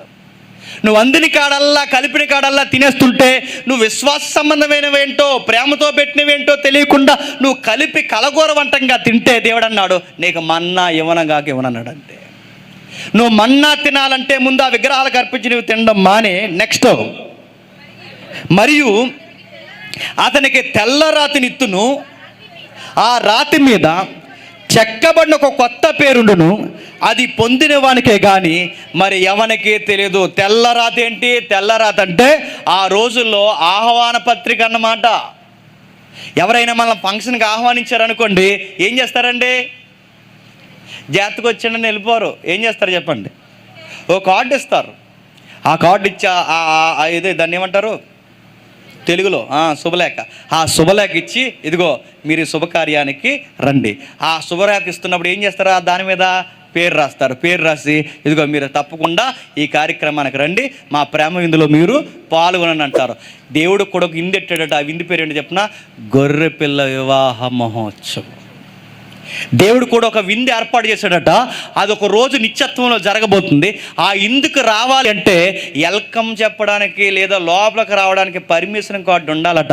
ఆ కార్డుని ఇక్కడ పోల్చి రాస్తున్నాడు, తెల్లరాతి అన్నాడు. పోల్చాడు. ఏంటట, తెల్లరాతి. అంటే ఆ రోజు నిజంగా ఒక తెల్లరాయి ఇస్తారనుకోకండి, పోలికగా చెప్తున్నాడు. ఆ రోజు నీకు ఒక కార్డు ఉండాలి అంటే నువ్వు జాగ్రత్త, ఏ పడితే తినొద్దు అన్నాడు ఆయన. ప్రేమగా పిలిచారా, తిను. అది విగ్రహాలకు సంబంధించింది అన్నారా, తిన్నని చెప్పు. వాళ్ళ ప్రేమ విందులు పిలిచారా, చక్కగా కూర్చో. ఆ ప్రేమ విందులు వెనకాల విగ్రహ సంబంధమైన అన్నావు, ప్రేమగా చెప్పరే, మా విశ్వాసంలో ఉన్న మేము మమ్మల్ని కదపకండ్రా, నువ్వు సారేసి పెట్టరా మేము తింటాం, గంజేసి పెట్టి పచ్చడి పెట్టరా మేము తింటాం, కానీ ఆ దేవుడికి అర్పించి మాకు పెట్టకరా అని చెబితే అర్థం చేసుకుంటాడు. అర్థం చేసుకున్నవాడైతేనే కదండి ఫ్రెండ్. ఆడు మనల్ని అర్థం చేసుకున్నవాడు ఆడు ఫ్రెండా దొంగ చెప్పండి. ఆడు అర్థం చేసుకునే మన ఫ్రెండ్. మనల్ని అర్థం చేసుకున్నప్పుడు ఆడు ఫ్రెండ్ ఎలా అవుతాడు? అందుకే వాడికి అర్థమయ్యేలా చెప్పు. వారి విందుల్లో నువ్వు పాల్గొంటే దేవుడు అన్నాడు, నా విందులోకి నిన్ను రానివ్వను అన్నాడు. గొర్రెపిల్ల ఇందులో మన్నాన్ని నిన్ను తిననివ్వను, భుజింపనివ్వను. నీకు వెల్కమ్కి ఏదైతే ఉందో ఆ తెల్లరాతి ఆహ్వాన పత్రిక కూడా నీకు ఇవ్వను అన్నాడు. మరో మాట అన్నాడు కింద, ఆ రాతి మీద చెక్కబడిన ఒక కొత్త పేరు ఉంటుంది, అది పొందిన వానికే కానీ మరి ఎవరికి కొత్త పేరు ఏం పేరో తెలియదు. ఇంకా ఒక కొత్త పేరు రాస్తాడట. ఆ పేరు ఎలా ఉంటుందో తెలియదు. అందరికి ఒక్కొక్క పేరు పెట్టుకొని పిలుస్తాడేమో. ఒకవేళ ఎలా పిలుస్తాడో తెలియదు, ఒక కొత్త పేరుతో పిలుస్తాడు. మరి ఆయన ఏమి ఇష్టమైన పేర్లు పెట్టుకుంటాడో మనకు తెలియదు. ఆ పేరు పెట్టి పిలుస్తాడట. ఆ పేరు పెట్టాలన్నా, ఆ జ్ఞాపకార్థ గ్రంథాల్లో మన పేరు రాయాలన్నా, గొర్రెపిల్ల వివాహ మహోత్సవానికి నీకు ఆహ్వాన పత్రిక ఇవ్వాలన్నా దేవుడు చెప్తున్నాడు, సంగమా నీ మొదటున్న విశ్వాసాన్ని వదలొద్దు. బాధకులు వస్తుంటారు, రకరకాల వ్యక్తులు వస్తుంటారు, వింతైన బోధలు పుడుతుంటాయి. ఈ సోషల్ మీడియా వచ్చిన తర్వాత వింతైన బోధలన్నీ కనబడుతుంటాయి. తొలినాళ్ళల్లో మీ పెద్దలు ఏ సత్యం అనే పునాది మీద ఈ వాక్యాలు కట్టారో, ఈ సంఘాన్ని కట్టారో, ఆ విశ్వాసం నువ్వు దయచేసి వదలొద్దు. కరువు వచ్చినా, ఖడ్గం వచ్చినా ఎలాగైతే వదలనని ప్రారంభంలో నిలబడ్డావో, బాప్టిజం తీసుకున్నప్పుడు ఆయనైనా రావాలి, నేనైనా పోవాలి తప్ప అప్పటి వరకు నాకిటి మీద చెయ్యేసి నేను ఎనిదిరిగి చూడని మాట ఇచ్చిన నీవు ఆ రోజు ఎలాంటి మాట ఇచ్చి నిలబడ్డావో, బాప్టిజం తీసుకున్న తొలినాళ్ళలో ఎంత భక్తిగా ఉండేదానివో అలాంటి భక్తి మళ్ళీ నీకు లేకపోతే నువ్వెవరో నాకు తెలియదు అన్నాడు. మారు మనసు పొందంటే దాని అర్థం ఏంటో తెలుసా? మారు మనసు అంటే మొదట మనసు ఏదైతే ఉండేదో చెప్పండి, ఆ మనసులోకి రా, అలా మారు. ఒకప్పుడు వాక్యం వాక్యం వాక్యం వాక్యం వాక్యం అనేవాడివి, ఇప్పుడు వాక్యం ఒక అరగంట ఎక్కువ చెప్తే గడియారం వైపు చూస్తున్నావు. మారో, గుర్తుపెట్టుకో. ఒకప్పుడు వాక్యం చెప్తుంటే టకటక అందరికన్నా ముందు వాక్యాలు తీసి చదివేదానివి, ఏ పుస్తకం ఎక్కడుందో టకటకా చెప్పి నీ పిల్లలు కూడా నేర్పించేదానివి. ఇప్పుడు వాక్యం చెప్తుంటే పక్కల్ని గోక మరీ సోదుకోపలు చెప్తున్నావు. నీకు వాక్యం వినడమే మానేసావు. ఈ మధ్య మారిపోయావు. ఒకప్పుడు పాస్టర్ గారు సీరియస్గా వాక్యం చెప్తే నీ కళ్ళు ఎరిపెక్కేవి, నీ గుండె బరువెక్కేది, బాధ అయ్యేది. నిజమే, అలా ఉండలేకపోతున్నావు, పొడవబడేదానివి. ఇప్పుడు నీకు వాక్యం చెప్తుంటే పక్కపక్క నవ్వులు వస్తున్నాయంటే నీకు అస్సలు నిమ్మలేవుతుంది. నీ మనసు ఎప్పుడో చచ్చిపోయింది, నీది రాతి హృదయం అయిపోయింది. గుర్తుపెట్టుకో. ఇలాంటి వాళ్ళని దేవుడు అసలు క్షమించడండి. ఆయన ఖచ్చితంగా కత్తేసుకొస్తాడు. ఆయన చెప్పిన మాటను ఖచ్చితంగా జరిగిస్తాడు. గుర్తుపెట్టుకో. మిమ్మల్ని ప్రేమించి నేను చెప్తున్నాను, మీరు మొదట ఎలా ఉండేవారో అలాగే ఉండండి. ఒకప్పుడు మన పెద్దలు ఏ పునాదులు వేశారో ఆ పునాదుల మీద ఉండండి. ఇక దైవజనుడు ఏదైతే నిలబడి వాక్యం ఉన్నది ఎలానే ఉండాలని గద్దిస్తున్నాడో ఆ గద్దింపుని స్వీకరించండి. పెద్దల గద్దింపులు, సేవకుల గద్దింపులు, ఏదైతే వాక్యం ఇలా చెప్తుంది ఇది మనం చెయ్యాలని ఏదైతే అంటున్నారో అది ఖచ్చితంగా పాటించండి. పాటించకపోతే నిర్దోషులుగా మనం ఉండకపోతే ఆ రోజు అన్నాడట, నీ మీద నేను కొన్ని నేరాలు మోపుతాను అన్నాడు. నిలబడతాడు, అందరిని నిలబెడతాడు. ఎందుకు వచ్చావు సంఘానికి అడుగుతాడు. అది ఇల్లు ఇస్తావు అని వచ్చాను ప్రభు అంటే, అక్కడ ఇస్తారు ఇల్లు అంటాడు ఆయన. ఎందుకు వచ్చావు సంఘానికి అని అడుగుతాడు. మా పిల్లలకి పెళ్ళి అవ్వలేదని వచ్చాను ప్రభు అంటే, అక్కడ ఉంది పాతాళంలో పెళ్ళి మీకు మీ పిల్లలకి, నడు అక్కడ ఉన్నాడు అని చెప్తాడు ఆయన. ఎందుకు వచ్చావు సంఘానికి? పిల్లల్ని ఇచ్చాను ఇస్తారేమో వచ్చాను ప్రభు అంటే, పిల్లల కోసం వచ్చావా? నడు, నీకు నీ పితరులకి సిద్ధం చేయబడిన చీకటి గల బిలంలోకి పో. ఎందుకు వచ్చావు సంఘానికంటే ఇలా చెప్పు, ప్రభువా నీ మాటలు జీవం కలిగిన మాటలని, నీ దగ్గరికి రాకపోతే నేను ఎవరి దగ్గరికి వస్తాను ప్రభు అని పేతురు వల్లే చెబుతా అంటాడు. బలా నమ్మకమైన దాసుడా లోపలికి రమ్ము అంటాడు ఆయన. తెల్ల రాతినిస్తాడు, కొత్త పేరు రాస్తాడు, రా నాతో పాటు గొర్రెపిల్ల విందులో మహోత్సవంలో కూర్చో, ఇదిగో ఈ రోజు నుంచి నీకు స్థిరమైన నిబంధన నేను స్థిరపరుస్తున్నాను అంటాడు ఆయన. ఆల్రెడీ మనకు ఆహ్వాన పత్రిక ఇచ్చాడు సంఘం ద్వారా, ఆల్రెడీ నీ పేర్లు అక్కడ నమోదు చేశాడు. కానీ బాధాకరమైన మాట ఏంటి తెలుసా, పేర్లు రాసిన దేవుడే సరిగ్గా ఉండకపోతే అదే పేర్లు ఏం చేస్తానని చెప్పండి, తుడి చేస్తానన్నాడు. వాగ్దానం కార్డు ఇచ్చినోడే లేదా ఆహ్వాన పత్రిక ఇచ్చినోడే ఆహ్వాన పత్రిక మళ్ళీ తీసేసుకుంటా అన్నాడు. మన్నాన్ని ఇస్తానన్న మాట ఇచ్చిన వాడే నీటి చుక్క చిటికిన వేలు ముంచి లాజర్ లాంటివన్నీ పంపి నీటి చుక్కను కూడా ఏమన్నాడు, గుర్తుపెట్టుకోండి.